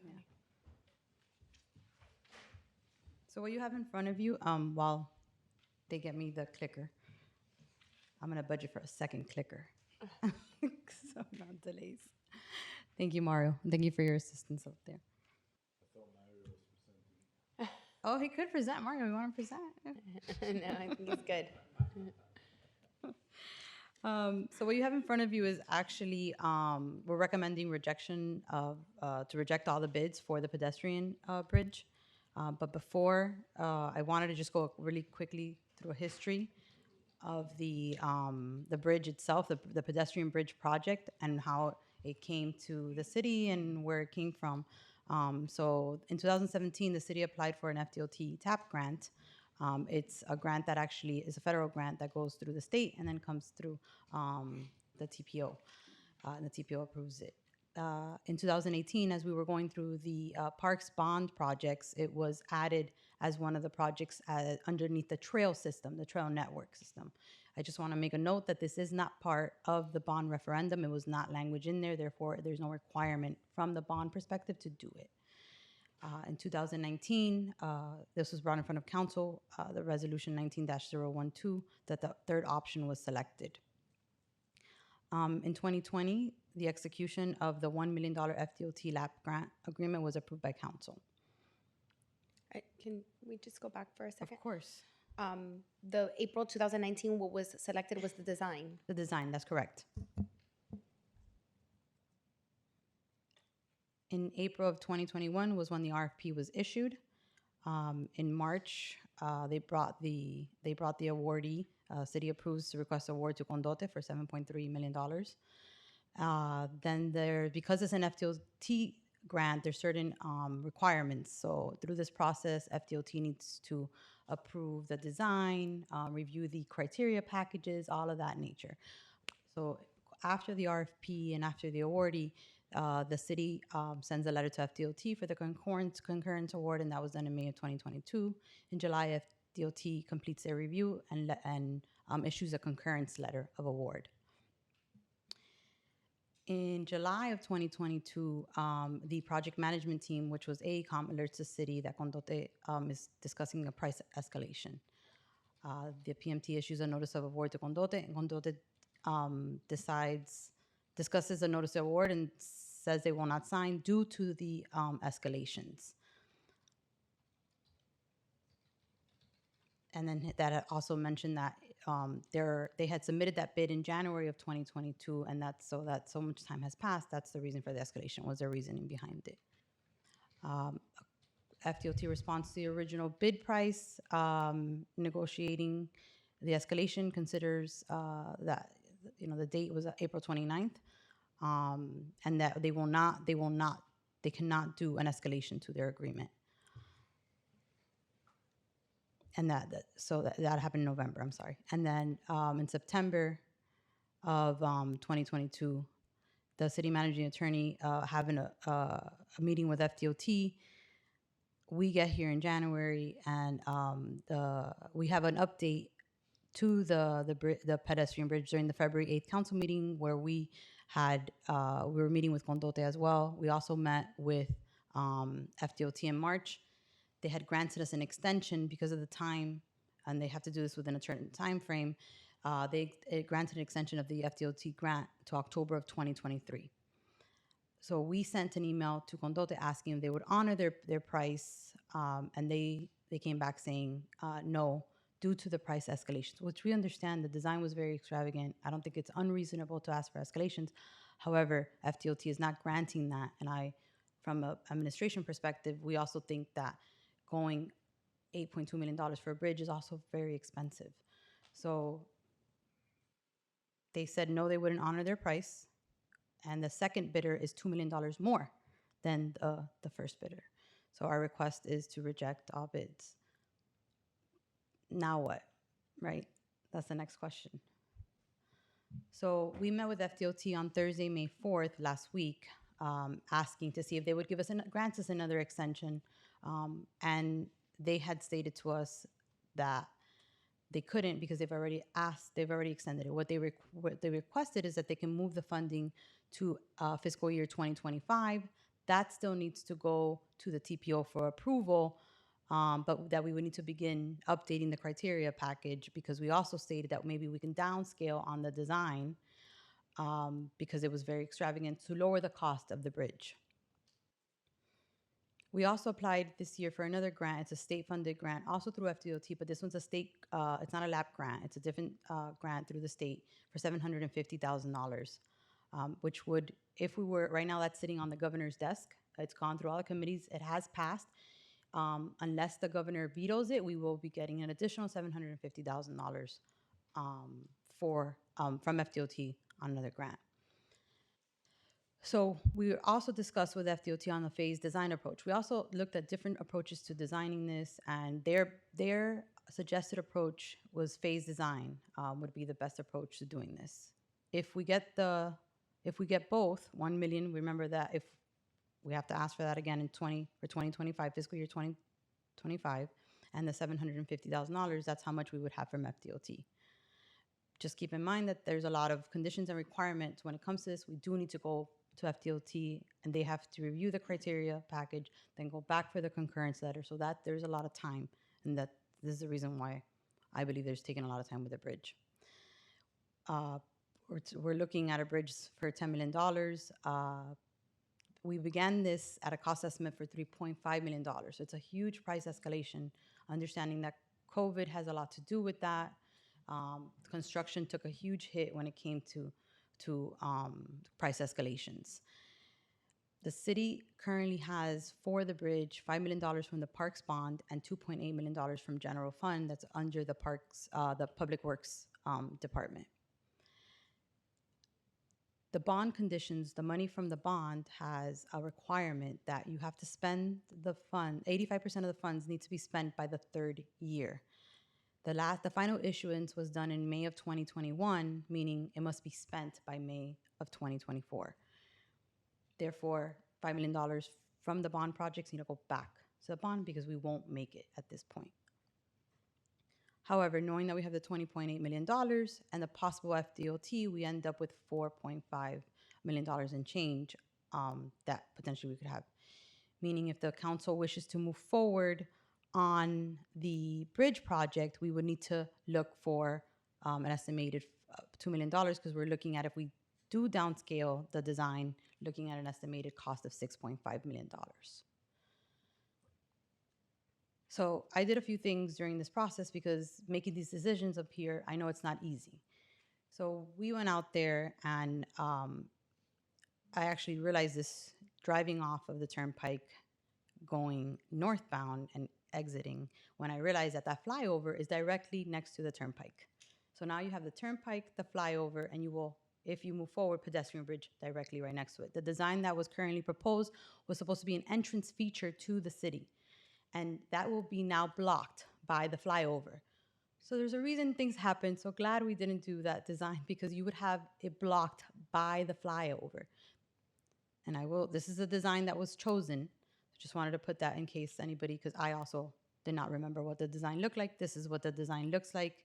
And so if you're going from west to east, the design on the says, the live, learn, work, and play, the city seal. It's very, very pretty. So please do not laugh at I'm not an architect. FYI, but I mean, just to give you a point of reference, and I did this through Google Earth, there's about a 30 feet separation between the ped bridge and the current flyover that is there. And so thank you to Alejandro. He helped me with the drone. We went out there with the drone, and this is the turnpike. This was taken yesterday morning. That's the current flyover that was just built. And this would end up being where your bridge would be.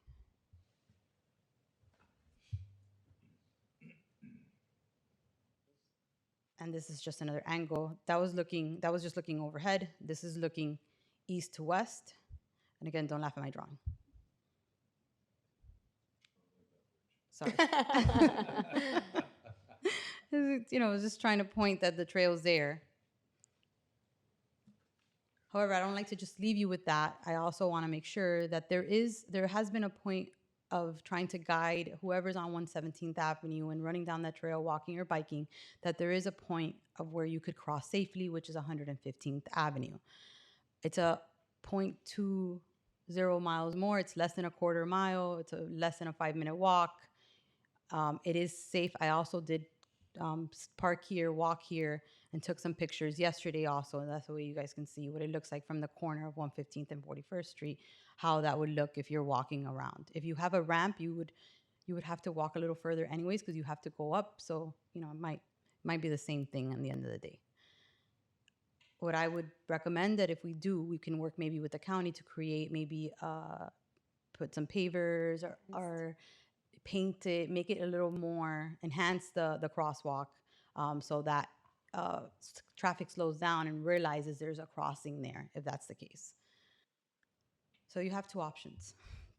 And we either cancel the project altogether, it goes back to the bond, 2.8 million go back to PW general fund, or we continue to work with FDOT in trying to acquire the $1 million, and if the governor does not veto the 750, then we also will have that, advertise another solicitation, and scale back on the design.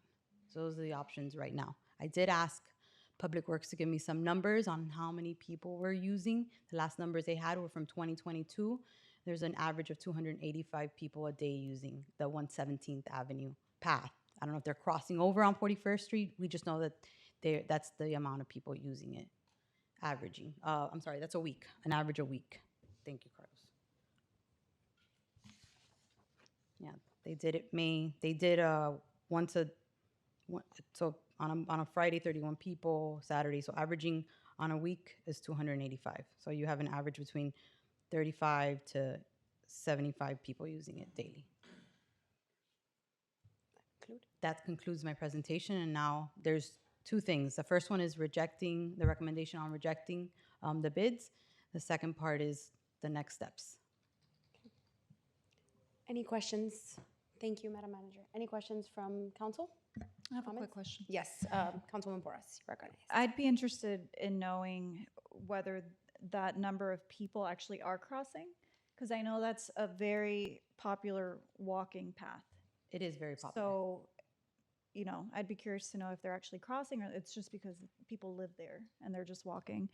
Because then that would, I think the number would be reduced probably. I don't think people are actually crossing, they're just using it.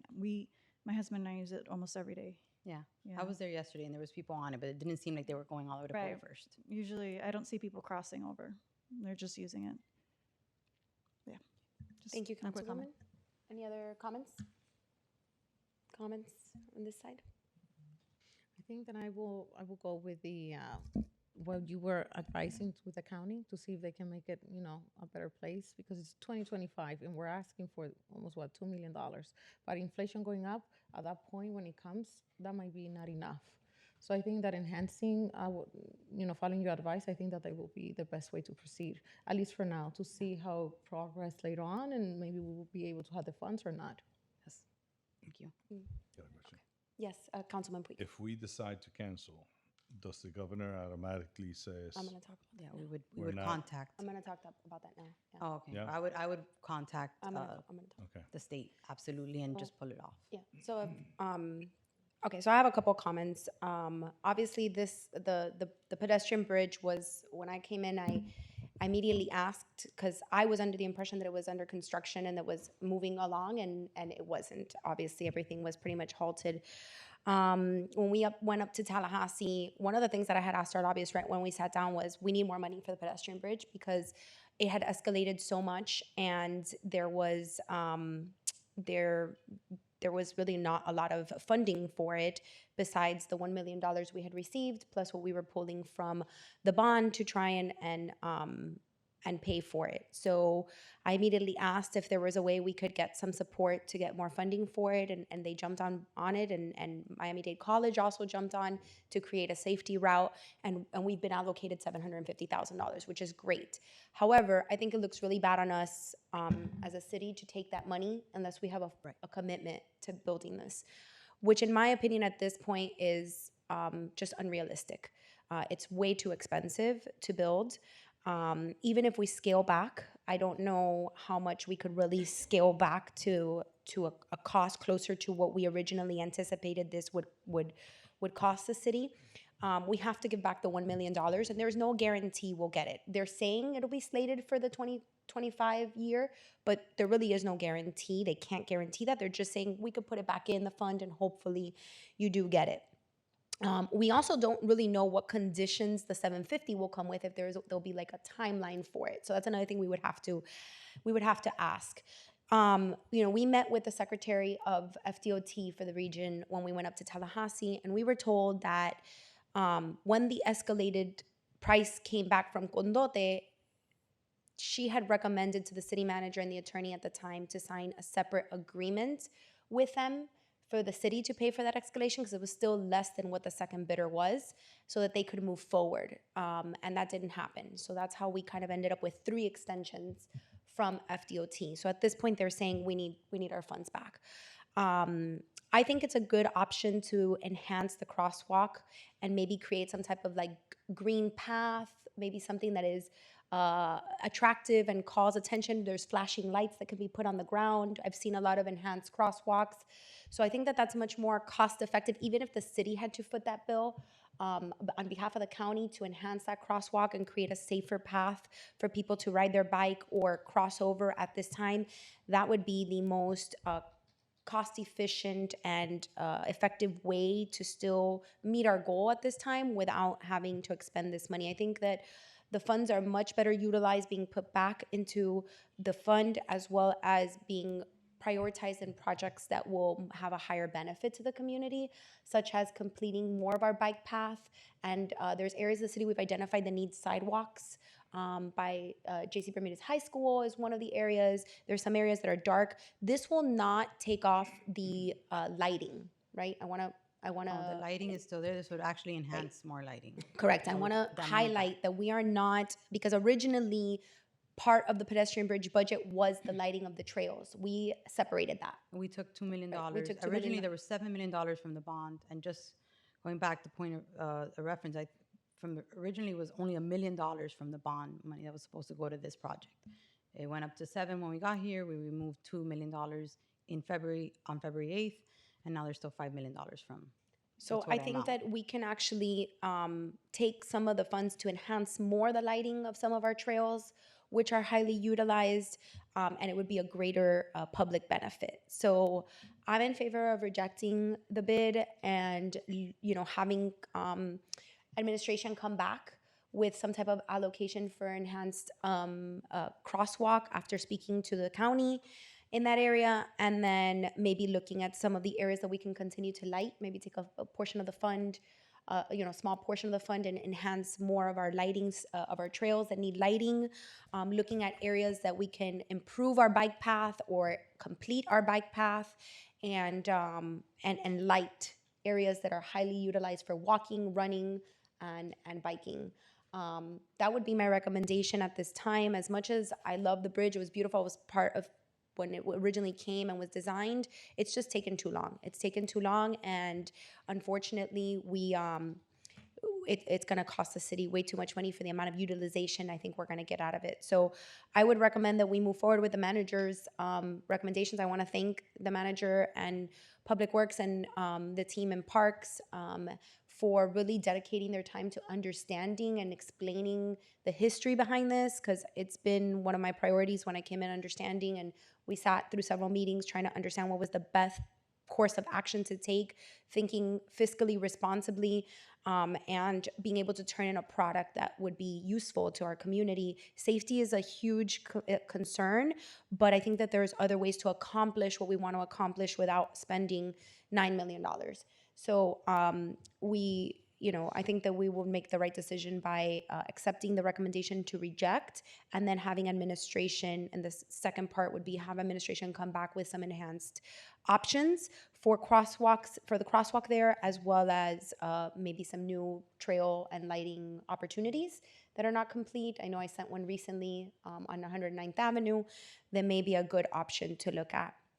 And what I would do, if that is the will of the council, is I will reach out directly to our legislators who really advocated for us to get this money. That's not the only money we're getting. We actually have a big check coming this year, which I'm really happy about, assuming the governor signs it, which it looks like we are going to get. But before this item is signed, I want to reach out personally to the lieutenant governor, the governor's office, and our legislators to let them know that we've decided to not move forward with this project at this time due to the escalated costs and the fact that the bidder backed out. So if that's the will of the council, then we'll place a motion to accept the manager's recommendation. Oh, Councilman, you have a comment? Part of the enhancement you're talking about should include, if I'm, the two areas where 117th Avenue ends, to make sure that walkers and runners and bikers know that they have to go to 115th. Yes. And talking about safety, it should include safety and enhancement to those areas, because a lot of times they don't know where to go. Yes. They don't know that the absolutely. crosswalk We'll look at signage. is on 115th. Make it something nice too, so that they can see it. Yes. Weren't you the one that had the recommendation or the idea of doing like a little park over there in that area? Yeah, I remember that. Yeah, that was a while ago. Yeah. So yeah, we can do something there that can enhance that area to make sure that people make a left or a right, whichever way they're coming from. Yeah. Yes, absolutely. So if there's a motion on the table to reject the bid and accept the recommendation of the manager. Motion to approve. Motion to approve by Vice Mayor Pinedo. Second. Second by Councilman Puig Corve. Madam Clerk, please call the roll. I have motion to rescind the award and reject all bids under RFP 2021-09 and direct administration to work on allocating the funding for enhancing crosswalks and trails. Made by Vice Mayor Pinedo, seconded by Councilman Puig Corve. Vice Mayor Pinedo? Yes. Councilman Puig Corve? Yes. Councilman Porras? Yes. Councilman Cabral? Yes. Mayor Fraga? Yes. Motion passes. Thank you. All right. Thank you, Madam Manager. Thank you. Bringing that forward. We're now going into public hearings. First reading, ordinance number 2023-14, fiscal year 2022-23 budget amendment. An ordinance to amend the City Council of the City of Doral, Florida, approving for an amendment increasing the general fund budget for fiscal year 22-23, the Park and Pet Fee Fund budget for fiscal year 22-23, the People's Transportation Plan Fund budget for fiscal year 22-23, as reviewed, modified, and approved by the City Council at the meetings held on May 10, 2023 and June 14, 2023, providing for transmittal by the City Clerk, implementation, severability, conflicts, and an effective date. Thank you, Madam Clerk. I'm going to open the public comments for this item. If you have any comments, please come up. Use the allotted 3 minutes to speak in a respectful manner on this item alone. Being none, Madam Clerk, please let the record reflect that there is no public comments on this item. And we will turn it over to staff. Thank you, Madam Mayor. If I can have our CFO, Fernando Casamayor, come up and provide a quick information on this item. Good evening, Madam Mayor, Mr. Vice Mayor, council members, Madam City Manager, Madam Clerk, and Mr. Deputy City Manager. Fernando Casamayor, CFO, City of Doral. This is the mid-year budget amendment. We are impacting 3 funds, the general fund, the Park Impact Fee Fund, and the People's Transportation Fund. There is no net gain, no net increase in the general fund budget. It's just moving monies around. We have some additional expenses in certain departments. We also have savings in certain departments, and we're using some of our contingency reserve to cover that. On the Park Impact Fee, we're covering expenses related to repairs and maintenance at Morgan Levy Park particularly for the restrooms. And on the People's Transportation Fund, we're adding money in there for the purchase of the 5 trolleys. Thank Happy you, to Mr. answer any questions Casamayor. you may have. Thank you, Fernando. Thank you, Mr. Casamayor. Any questions from the council? Being none, is there a motion on the table? Motion. Motion to approve by Councilwoman Porras, second by Vice Mayor Pinedo. Madam Clerk? Motion to approve ordinance number 2023-14 on first reading, made by Councilwoman Porras, seconded by Vice Mayor Pinedo. Councilwoman Porras? Yes. Vice Mayor Pinedo? Yes. Councilman Cabral? Councilman Puig Corbe? Yes. Mayor Fraga? Yes. Motion passes. Thank you. Next item, item B, ordinance number 2023-15, repealing ordinance number 2021-02, retirement system for elected officials. An ordinance was made in the City Council of the City of Doral, Florida, repealing ordinance number 2021-02, retroactive to the date of its adoption, repealing Article 9, retirement system for elected officials of Chapter 2 of the City of Doral Code of Ordinances, providing for severability, repealing ordinances or parts of ordinances in conflicts, and providing for an effective date. Thank you, Madam Clerk. Madam City Attorney.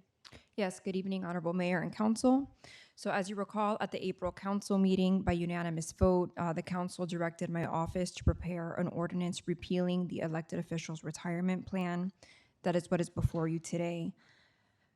By way of background, since the April council meeting, the administrative committee convened, specifically on May 1st. The committee voted on 3 items. One was to accept and adopt special counsel's report, finding that the plan was not adopted, implemented, or funded in accordance with Florida law or the state constitution. The administrative committee also suspended payments of the pension benefits effective immediately, and also suspended payments of health and life insurance premiums under the plan effective June 30th.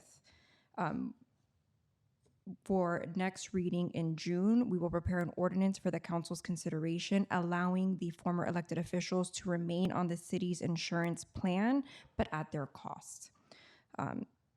And so the before you today is the repeal of the elected officials plan.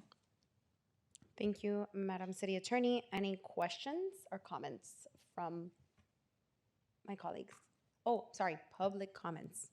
Forgot. We will now open up public comments on this item. Anyone who would like to come up and speak, please do so in the 3 minutes allotted time. State your name and address for the record on this item and this item alone. Being none, Madam Clerk, let the record reflect that there are no public comments for this item. Council, any comments, questions? Yes, Vice Mayor Pinedo. Thank you, Mayor. I just wanna mention that, especially for the residents that are here, they're the ones that are watching. Since I like to provide numbers usually, I just want to clarify and be more specific. Since last council meeting, I provided a number in regards to an amount that we will be actually saving to the residents for the next 10 years as a projection. To be more specific, I would like to go over some of those numbers. When we speak about annual amount, we're talking about $355,000. That means that if we project that into 10 years plan or program, that's about $3.5 million that we're actually saving to the residents by moving forward with the repealing of this pension plan. And if we take a look at the breakdown of these amounts, we're looking at about $225,000 a year just in salaries, $122,000 approximately in healthcare insurance annually. Dental insurance is about $5,700, vision insurance about $670, and life insurance about $970 a year. That's for the total amount of $355,000 a year. And this is just based on the 5 recipients of these benefits. And again, I think that by taking this vote, I believe we're doing the right thing for the residents. And again, it's a pretty significant amount. And if there is someone out there that believes this is not significantly, well, I mean, again, it's about $3.5 million for the next 10 years that we're actually saving to the residents. So having said that, I place the motion to approve. Thank you, Vice Mayor Pinedo. There's a motion on the table by Vice Mayor Pinedo. Second. Second by Councilwoman Porras. I have comments. Okay, thank you. Councilwoman, the floor is yours. Comments. Yes, May go I? ahead. Yes, absolutely. Okay. So I understand what the Vice Mayor was explaining about the $300 something, that actually is a 0.03% of our budget for 5 people that were the ones who funded the city. We're sitting here because of them. The city exists because of those 5 people. And those people were working on establish this city in a pro bono way, because at that time there was no salary, there's no stipend, nothing. So they were actually going to Tallahassee, they were going to the county, they were going everywhere, funding it from their own pockets. In order, for example, for me to be seeing that, I will have to complete my 8 years of what it says. The mayor's already funded. In 2016, the voters rejected for an increase within the salary. But then at that time, that you were part of that, there was an increase that they did to the stipend to themselves at that time, that it was approved. And what I wanted to reflect is that I know that a few things were said before. I think that this is more based on populism than really what the community, at least, I voted for it. And I was the one among the 12 candidates that had the most vote. I got over 8,600 votes, when the second person was the mayor and only had 3,000 and so. So that means, and when I knock on the doors, the residents at that time didn't complain to me whatsoever about that. The other thing is that among the 34 municipalities, 19 of them have already a pension. 19 of them. And I can mention some of them: Coral Gables, Coral Bay, Palmetto Bay, Sunny Isles Beach, North Miami. And this is based on 2018. I'm waiting to update to give you exact numbers and everything when it comes to that. I do understand that some of the other founders, they have made some decisions that I also would not be a fan of it. But I do recognize that these 5 people actually were the ones that worked very hard for us to be able to be here sitting right now. And I understand that it's not an utopia for those ones that haven't read that it will be the perfect government. There's never a perfect government. But I do recognize the effort, the hours that they were away from their families in order for us to have better service living here in this city, in this community. And I do understand also what you mentioned, Vice Mayor, when you said that everything has to be within service. And I want to make a motion then, based on what you're saying. I wanted that I propose that our stipend starting today we would cancel for all of us if it is really based on service. So I make a motion on that because I am willing not to receive a stipend. We cannot stop the salary because it's within the charter and it has to be within a vote. But I do propose and I make a motion that none of us will receive a stipend starting today. And those are my comments. Thank you, Councilwoman. So I first hope- of all, there's... And I guess that the Council- Vice Mayor will be second that motion based on what you said last Councilwoman, time. point of order. That's fine. You've completed your comments. There's already a motion on the table. You cannot take on another motion. There's a motion and a second, which means we have to take a vote on the motion on the table. We appreciate, Councilwoman, we appreciate your effort in trying to make your comments. And the proper procedure, if you would like to bring forward an item, is to place it on the agenda. Because of our charter, we cannot listen to items or place motions on items that are not on the agenda. I will do that for the next one. Thank you, Councilwoman. I will do for the next one. I will go ahead and now make my comments. Appreciate everyone who has made their comments. First of all, absolutely will support this item because it is extremely important that every dollar in this city that can go to public interest should go to the public interest. There is a lot of improvements that need to be made to continue to improve the quality of life for our residents. Let me be very clear. The elected officials on this dais continue to receive a retirement. We have a 401k, which is what the staff and employees in this city receive. So to say that the former elected officials that sat up here for many years did not receive a salary or retirement is false. They did, excuse me, Councilwoman, you had the floor. This is not your time to speak. And you will follow the rules of conduct on this board. You will follow the rules of conduct on this board while I am chair. So I ask you to please respect all of us as we respected you while you spoke. Thank you. To say that the elected officials that sat here before us did not receive a retirement is false. We did receive a retirement. We received a 401k, and all the elected officials that sat up here received a salary while they were here and a stipend. How much that stipend was and how much the salary was based on COLA and what was said in the charter. And yes, there have been increases to stipend based on the cost of living and to be able to compensate the work that is done here. None of us up here, I believe, and excuse me if I speak for someone incorrectly, I will allow you to correct me, but I think I speak for all of us when I say none of us are against compensating elected officials while they're here working. We do put in a lot of time and effort. I'm here every single day.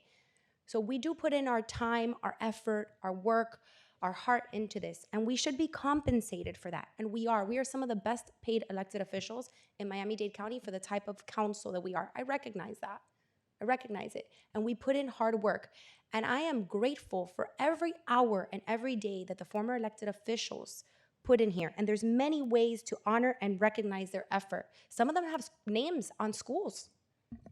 I think that we've honored and recognized them more than enough. And we will continue to honor and recognize the work that they've put here. But you know what? There's more than 5 individuals who made this city what it is today.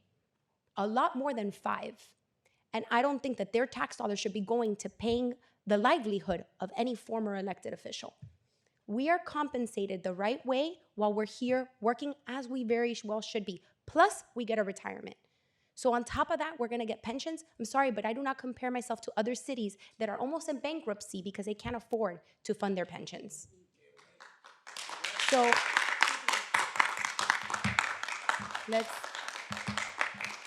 I appreciate the applause, but let's do the county thing. Thank you. I will not put our city in that predicament. I will not put our city in that financial burden. I don't think it's fair to our residents. I don't think it's fair to the employees who work here every single day. And for you to say that it's 0.03 of our budget, do you know what I could do with 0.03 of our budget? I guarantee you the manager can give you about a list of 100 things that she can do with $500,000 a year that will benefit our residents. Starting with a beautiful park that we would like to rebuild in Morgan Levy and in Doral Meadow to be able to give better service to our residents. Roads, we just saw a budget for improving our road system, trolleys. I can give you a big list of things that we can do with that money that will better serve our residents that also made this city what it is today. I'm sorry, but I can tell you that I don't want a penny of my tax dollars going to fund a pension. Because at the end of the day, right now it's 5, 6 elected officials. Tomorrow will be 7, 8, 10. So that figure that Vice Mayor Pinedo put out today is what it is today. But you're not counting what it'll be 10 years from now when more people hit the age of retirement and get added to that list. We don't know what life insurance, what medical insurance will cost us at that point. And I'm not willing to gamble with our city's tax dollars. I'm not willing to do it. So that's why I support this. I support that we get compensated the right amount while we're here working. I support every single one of us getting that. However, I will not support a pension. And as a matter of fact, even more so, I think that it is irresponsible to have made this decision during COVID when people were losing their businesses, some losing their houses. Very sadly. People were not allowed to come into the meetings because it was closed to the public. You had to send your comments online. If we really believe this, why didn't you put it on a ballot? Put it on a ballot and let people decide. That would have been the proper way of doing this. Maybe it's something we should think about for our next charter amendments, is putting this in our charter so that this cannot be toyed with the next people that will sit up here, but rather will be put in the hands of our voters. That would be the proper way of doing this. That would be the responsible thing to do. Don't forget also that in this ordinance, it allowed for that when an elected official that was receiving this would pass away, their family would get it for 10 years. So while there are other cities that have pensions, and I'm not going to compare myself or this city to those cities because I think we're 10 times better. None of them are as egregious as this is. And most of them only receive pensions, not a pension and a 401k. Those are my comments on this item. I think that we've spoken about it ad nauseum, and I think the residents spoke, and they spoke loudly in the last election, and this was one of the top items. With that, I'll ask the city clerk to please call the roll. Motion to approve ordinance number 2023-15 on first reading made by Vice Mayor Pinedo, seconded by Councilman Porras. Vice Mayor Pinedo. Yes. Councilman Porras. Yes. Councilman Puig Corvée. No. Councilwoman Cabral. No. Mayor Fraga. Yes. Motion passes. Thank you. All right. Item passes. We move on to item C. Next item, we're now going into continue first reading. Item C, ordinance number 2023-16, extension of IA as the Office of Charter Enforcement. An ordinance of the Mayor and City Council of the City of Doral, Florida, amending Article 7 of the City's Code of Ordinances entitled Code of Ethics by creating Section 2-399 entitled Charter Enforcement and delegating to the Internal Affairs Unit, the City of Doral Police Department, the responsibility for overseeing the investigation of complaints brought against the City Council, charter officials, city employees, and individuals doing business with the city for misconduct and violations of the city charter, providing for severability, conflicts, and an effective date. Thank you, Madam Clerk. We will open the public comments portion of the meeting for this item. If you would like to speak to this item, please come to the podium. You have 3 minutes to speak. Please state your name and address for the record and speak in a respectful manner. Louis Marsbetti Garza, homeless. I think I'll be one of the first to test this, and hopefully the city of Doral will follow through. And even if one of your own has to fall, I say again, resign, resign, resign. Thank you. Thank you, Mrs. Garza. Any other public comments at this time regarding this item? Being none, we close the public comment portion of this item. Madam Clerk, let the record reflect that there is no one to speak, no additional comments on this item. Madam City Attorney. Thank you. If you will please indulge me, I want to give some historical context because I think it's important for this item. So as you recall, at the last meeting in April, our office brought before you a professional services agreement with Howard Rosen, who was selected by the selection committee as the city's first charter enforcement official. In reviewing the contract, it became evident that it did not comply with our charter, which requires that the contract be for employment. Furthermore, in speaking with Mr. Rosen in advance of that meeting, he indicated that the compensation structure of a maximum of 90 hours per year was not feasible because that would mean that he would only work less than 8 hours per month. And then after that, the $700 an hour rate would kick in. So in April, his contract was not approved. And so then I spoke with Mr. Rosen again as recently as today. I advised him that the charter provision does require an employment contract. And he indicated that if the city's intent to have him as a full-time employee, that the $50,000 that was budgeted is wholly insufficient, that as a full-time employee, he would be expected to be in the pay range of around $200,000. And so, again, what's been budgeted is only $50,000, and that doesn't barely cover his retainer. So that's where we are.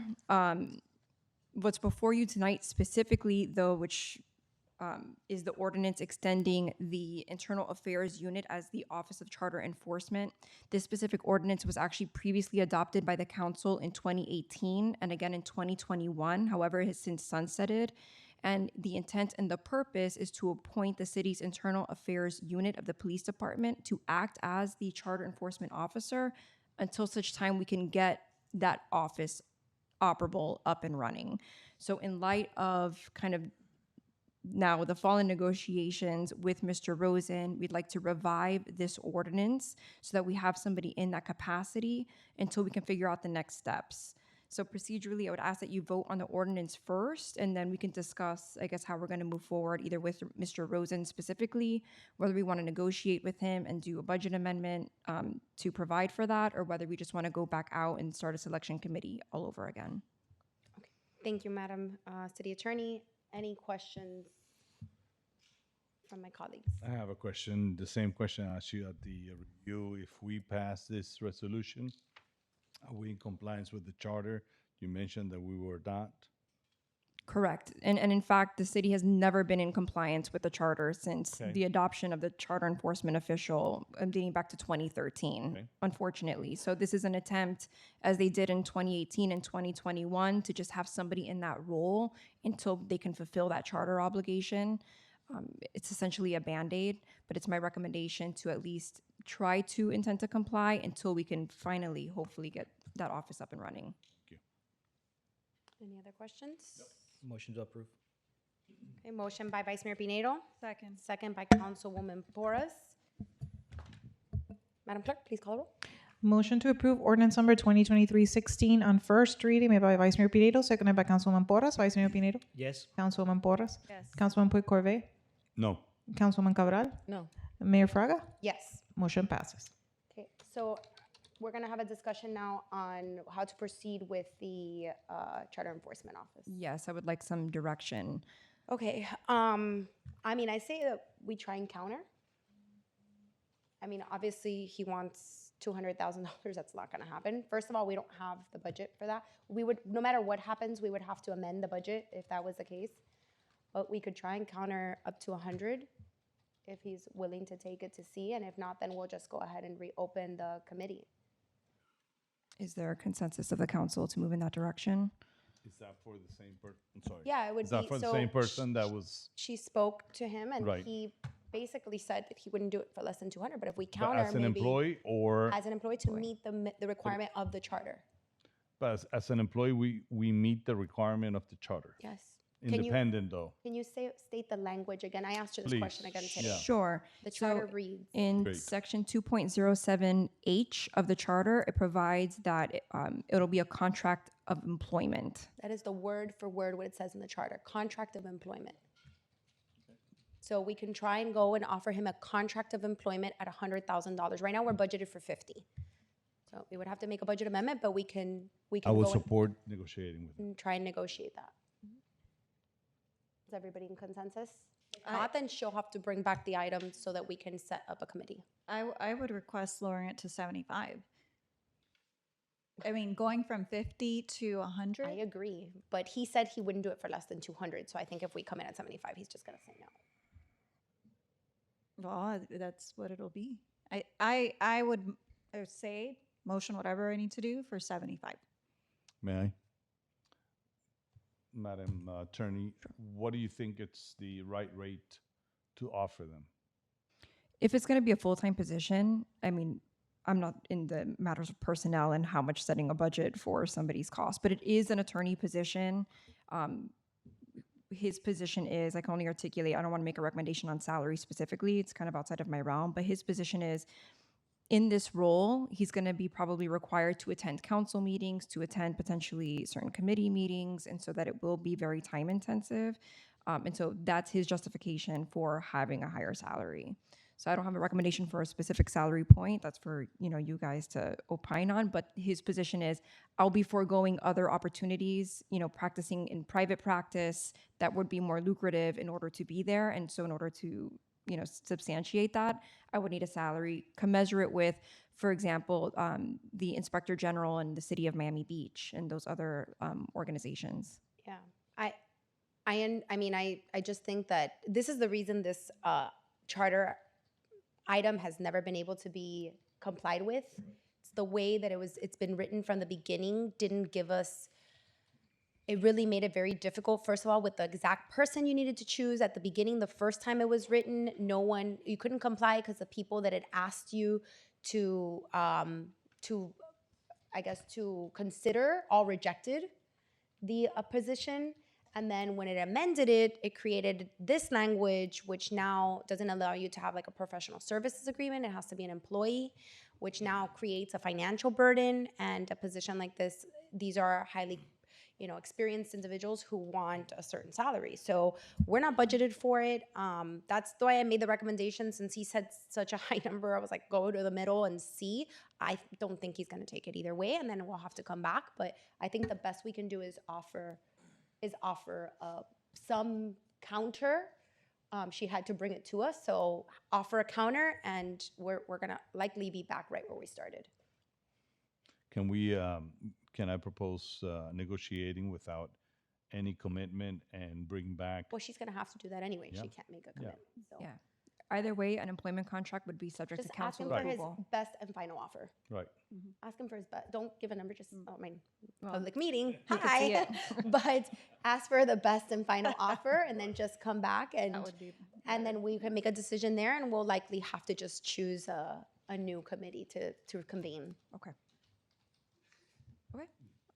If that's the consensus of the council, I will do that. Yes, I think that's the consensus of council. Yes. Best and final. Yes. Thank okay. you. Thank you very much. But in the meantime, we've passed an ordinance that was established in 2018 to remedy the situation and at least have a compliance of a sorts to the charter. So, all right, moving on to second readings. Yes, next item, second reading. Ordinance number 2023-10, Purchasing Code Revision Thresholds. An ordinance of the Mayor and City Council of the City of Doral, Florida, amending Section 2-318 of Charter 2, Article 5 of the City of Doral Code of Ordinances titled Purchasing Limitations, Competitive Bidding, to increase the monetary thresholds for purchases requiring competitive bidding and to increase the monetary thresholds for purchases requiring City Council approval, providing for the City Manager to have authority to approve change orders subject to certain limitations, amending Chapter 2-323 of Chapter 2, Article 5 of the City of Doral Code of Ordinances titled Exemptions from Competitive Bidding, to enumerate additional exemptions to the city's purchasing code, providing for a repealer, severability, incorporation into the code, and providing for an effective date. Thank you, Madam Sitting Clerk. We will open the public comments portion of this item. Please come forward if you would like to make comments on this item alone. You have 3 minutes to speak. Please state your name and address for the record and speak in a respectful manner. Louis Marzabetti Garza, homeless. When you put on here purchases requiring competitive bidding and I think monetary thresholds, is this having to do with the rampant inflation that we're all suffering right now?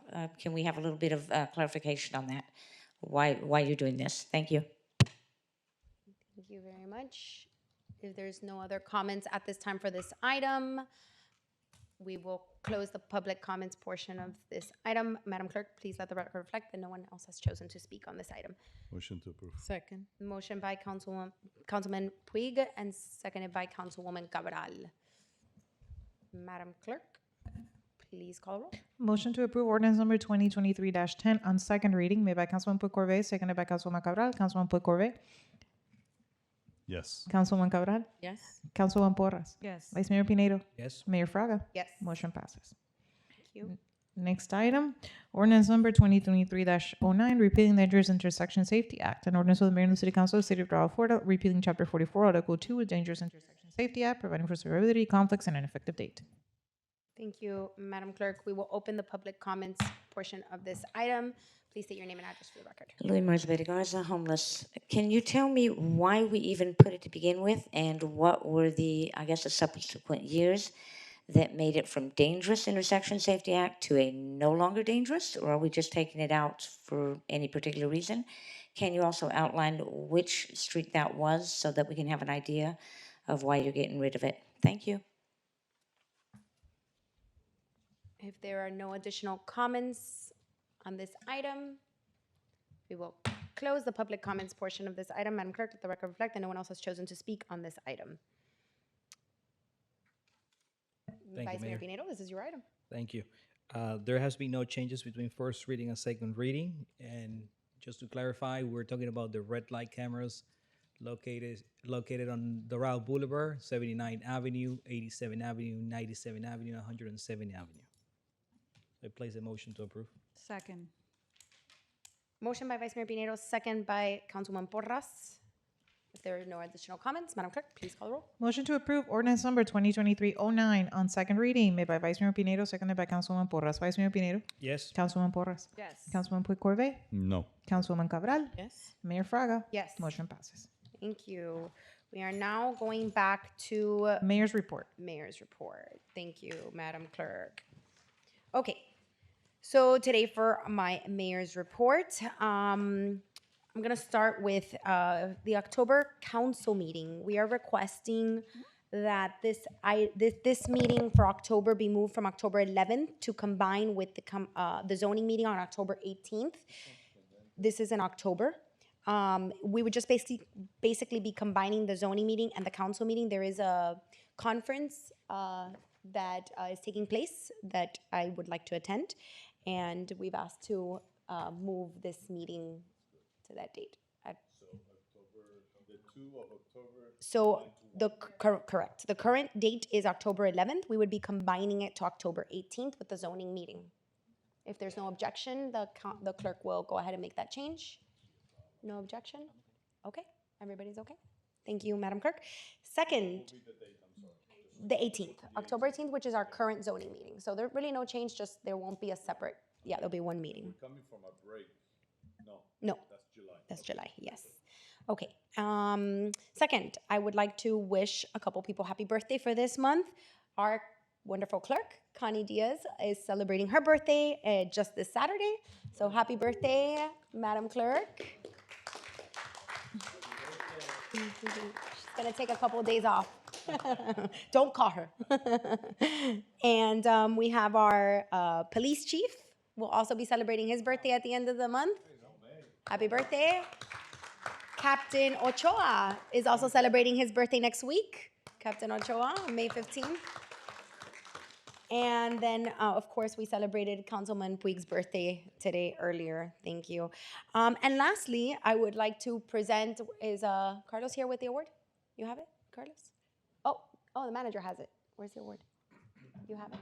Okay. Sorry, I'm going to help you out. And Maria Rodriguez was the legislative analyst to Councilwoman Porras' I was birthday. gonna Is mention also.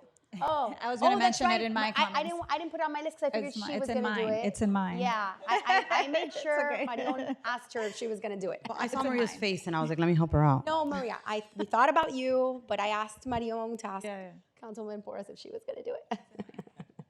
Yes. So the award is here. So we have our award today. We were given the inaugural Department of Transportation and Public Works Mobility Champion Award at the CoMotion conference. Yes. It was very nice. I want to thank our Public Works Department, Carlos Arroyo, Rita, and thank you so much for all your hard work. We were recognized for our trolley program, and obviously it's something we want to continue to enhance and improve, but we did receive the first Mobility Champion Award in the category of municipality. So I was hoping we could all go down and take a quick picture. Unfortunately, we could not go to the event, so we brought it so that we could all take a picture with our Public Works team. We could come up here. You guys want to come up here? We'll do it up here.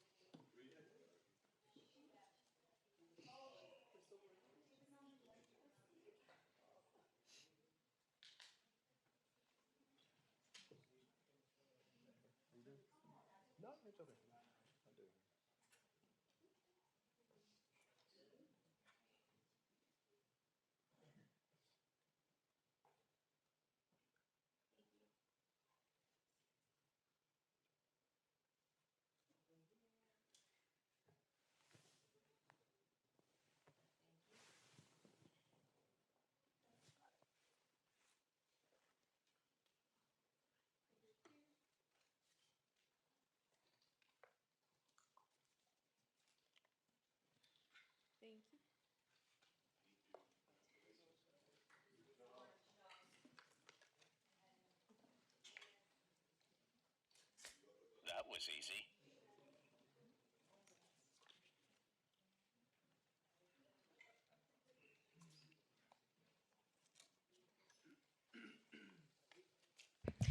Thank you all very much. That concludes my mayor's report for this month. Council comments? Madam Mayor. Councilwoman Porras? Well, happy birthday to Maria Rodriguez, my legislative analyst. Been waiting all day to say that. No, Saturday. The 13th. Saturday. Yeah. They share a birthday. I do also want to mention that we have this really fun, great activity that we've been working on with two of our neighboring cities, Sweetwater and Medley, which is a Tri-City Senior Day that that is going to happen now, and thanks to our Parks and Recs department, who is now handling it all. We will be tentatively scheduling it for July 8th, which is a Saturday. So it's going to be super fun, and it's going to be an opportunity for our residents, their residents, and all of us to get together. So I just wanted to mention it, and hopefully it's a success, and we can continue doing that and working with our neighboring cities as well in different things. So I just wanted to mention that. And also I wanted to thank our police department for their response last week during the school threat on Friday. I had a lot of concerned parents reach out, and our PD and our city manager as well. Thank you for always being so responsive to all the needs of our residents, especially during these times when there's so much on the line, and you guys always come through for the community. So thank you. I really do appreciate it. I want to let you know that parents are also very appreciative. They were texting me, and we were resolving as we went. So I want to thank you for your dedication and your great work. Thank you. That's it for me. Thank you, Councilwoman. Vice Mayor? Thank you, Mayor. I just want to say that, first of all, we have Mr. Manny Soltero. Today is his last day in my office as he's finishing his internship today. So I just want to wish him the best. I know he's going to law school now, and he's gonna be a great future attorney. And I hope that, well, he's a Doral resident as well. So I just want to say thank you, Manny, for everything that you have done for us in the last 4 months. And I wish you the best. We're gonna miss you. Thank you, Mayor. Councilman? Thanks for the happy birthdays, and happy birthday to all that are coming up. We have some new employees that I'd like to recognize. Luis Consuegra, Building Department, Electrical Inspector. Alexander Santana, Building Department, Mechanical Inspector. Alicia Neal, Police Department, Commander. And Brian Vasquez, IT. So welcome to the city, and I hope you have a successful career with us and bring more people to work with us too. Thanks. Thank you, Councilman. I want to thank all the city staff for what you do day to day. Like I said before, I mean, you go beyond what is a job description, so I'm really thankful for that. Not just as an elected official, but as a resident of the city as well. Mother's Day, happy Mother's Day to all the mothers that are going to be celebrating with their loved ones this weekend. Also to all the graduates, and also to all the kids that have received their sacrament, especially my kids are going to be receiving, my almost 25 kids are going to be receiving their sacrament this weekend. So congratulations to all. Thank you, Councilwoman.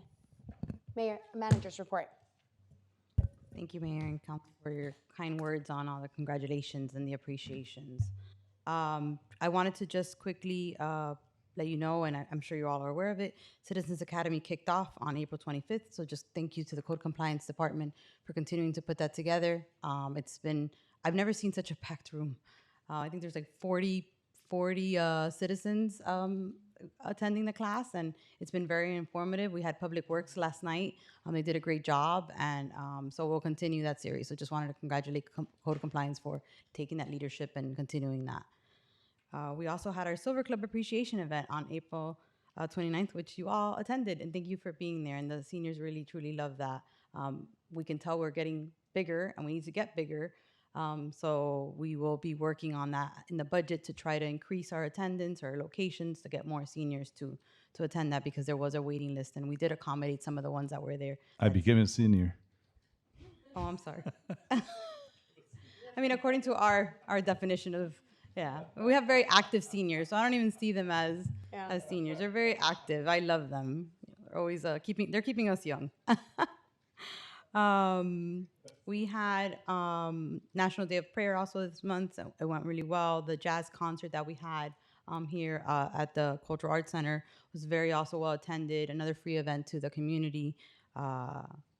Mother's Day is this Sunday, and we also had our Mother's Day artisan market this past Saturday, where a lot of the community members came out and really displayed their talents and selling their products. And I was very impressed with a lot of what I saw out there. So I just also wanted to congratulate the mayor. She participated in a Dance Like the Stars event this past Saturday. I was trying to get a picture and I couldn't get it because I wanted to put it on the screen. So it was for a good cause. It was a fundraiser. I want to see a picture. I'm not I looked for it sharing for the social video. media and I couldn't find it. I wanted to really put it out there. Yes, I have not It was seen fun. pictures. It was a lot of fun. So congratulations to you for participating in that and raising funds for a good cause, which was for the First Responders Resiliency Foundation. We had our public meeting on parking on Monday. It was very well attended, and we had a lot of community members out here, answered a lot of questions, and working with the community as we continue to do. I think that's it. We had some art show from downtown Doral Charter Elementary, the pre-K 3 and 4. By far, I think that was one of the best arts that we've had in there. So we're going to continue to, it really was, honestly. The 3 and 4-year-olds' art was absolutely outstanding. I was shocked by it. I'm going to send you guys pictures because I was like, who did this? We have Ronald Reagan tomorrow night. So, our schools coming in and participating in those arts, we think that's a great way of using our space as well. So thank you to the Parks Department for helping out and coordinating that. Great job. And that concludes my report. Thank you, Madam Manager. City Attorney? I do not have a report. Thank you. City Clerk? Thank you all for your nice birthday wishes, and I wish all you a nice Mother's Day weekend. Celebrate with your loved ones. And my Thank you. report is attached. Thank you, Madam Clerk. Yes, happy Mother's Day to everyone. Forgot to mention that. And also, we hope that you will attend the Hurricane Fair this weekend. And the wellness fair, the health. Well, thank you, Maria. She sent me a text. She's like, hey, tomorrow is the employee. Friday. I'm sorry. The week has been very long. Yes, Friday is the employee health fair at the Cultural Center. Please attend. We have a lot of the community members participating, and they'll be doing blood pressure tests, some eye checks. It starts at 10 a.m. Until what time? Till 2 p.m. So from 10 to 2 anytime, please pass by. There'll be goodies. There'll be great raffle gifts too.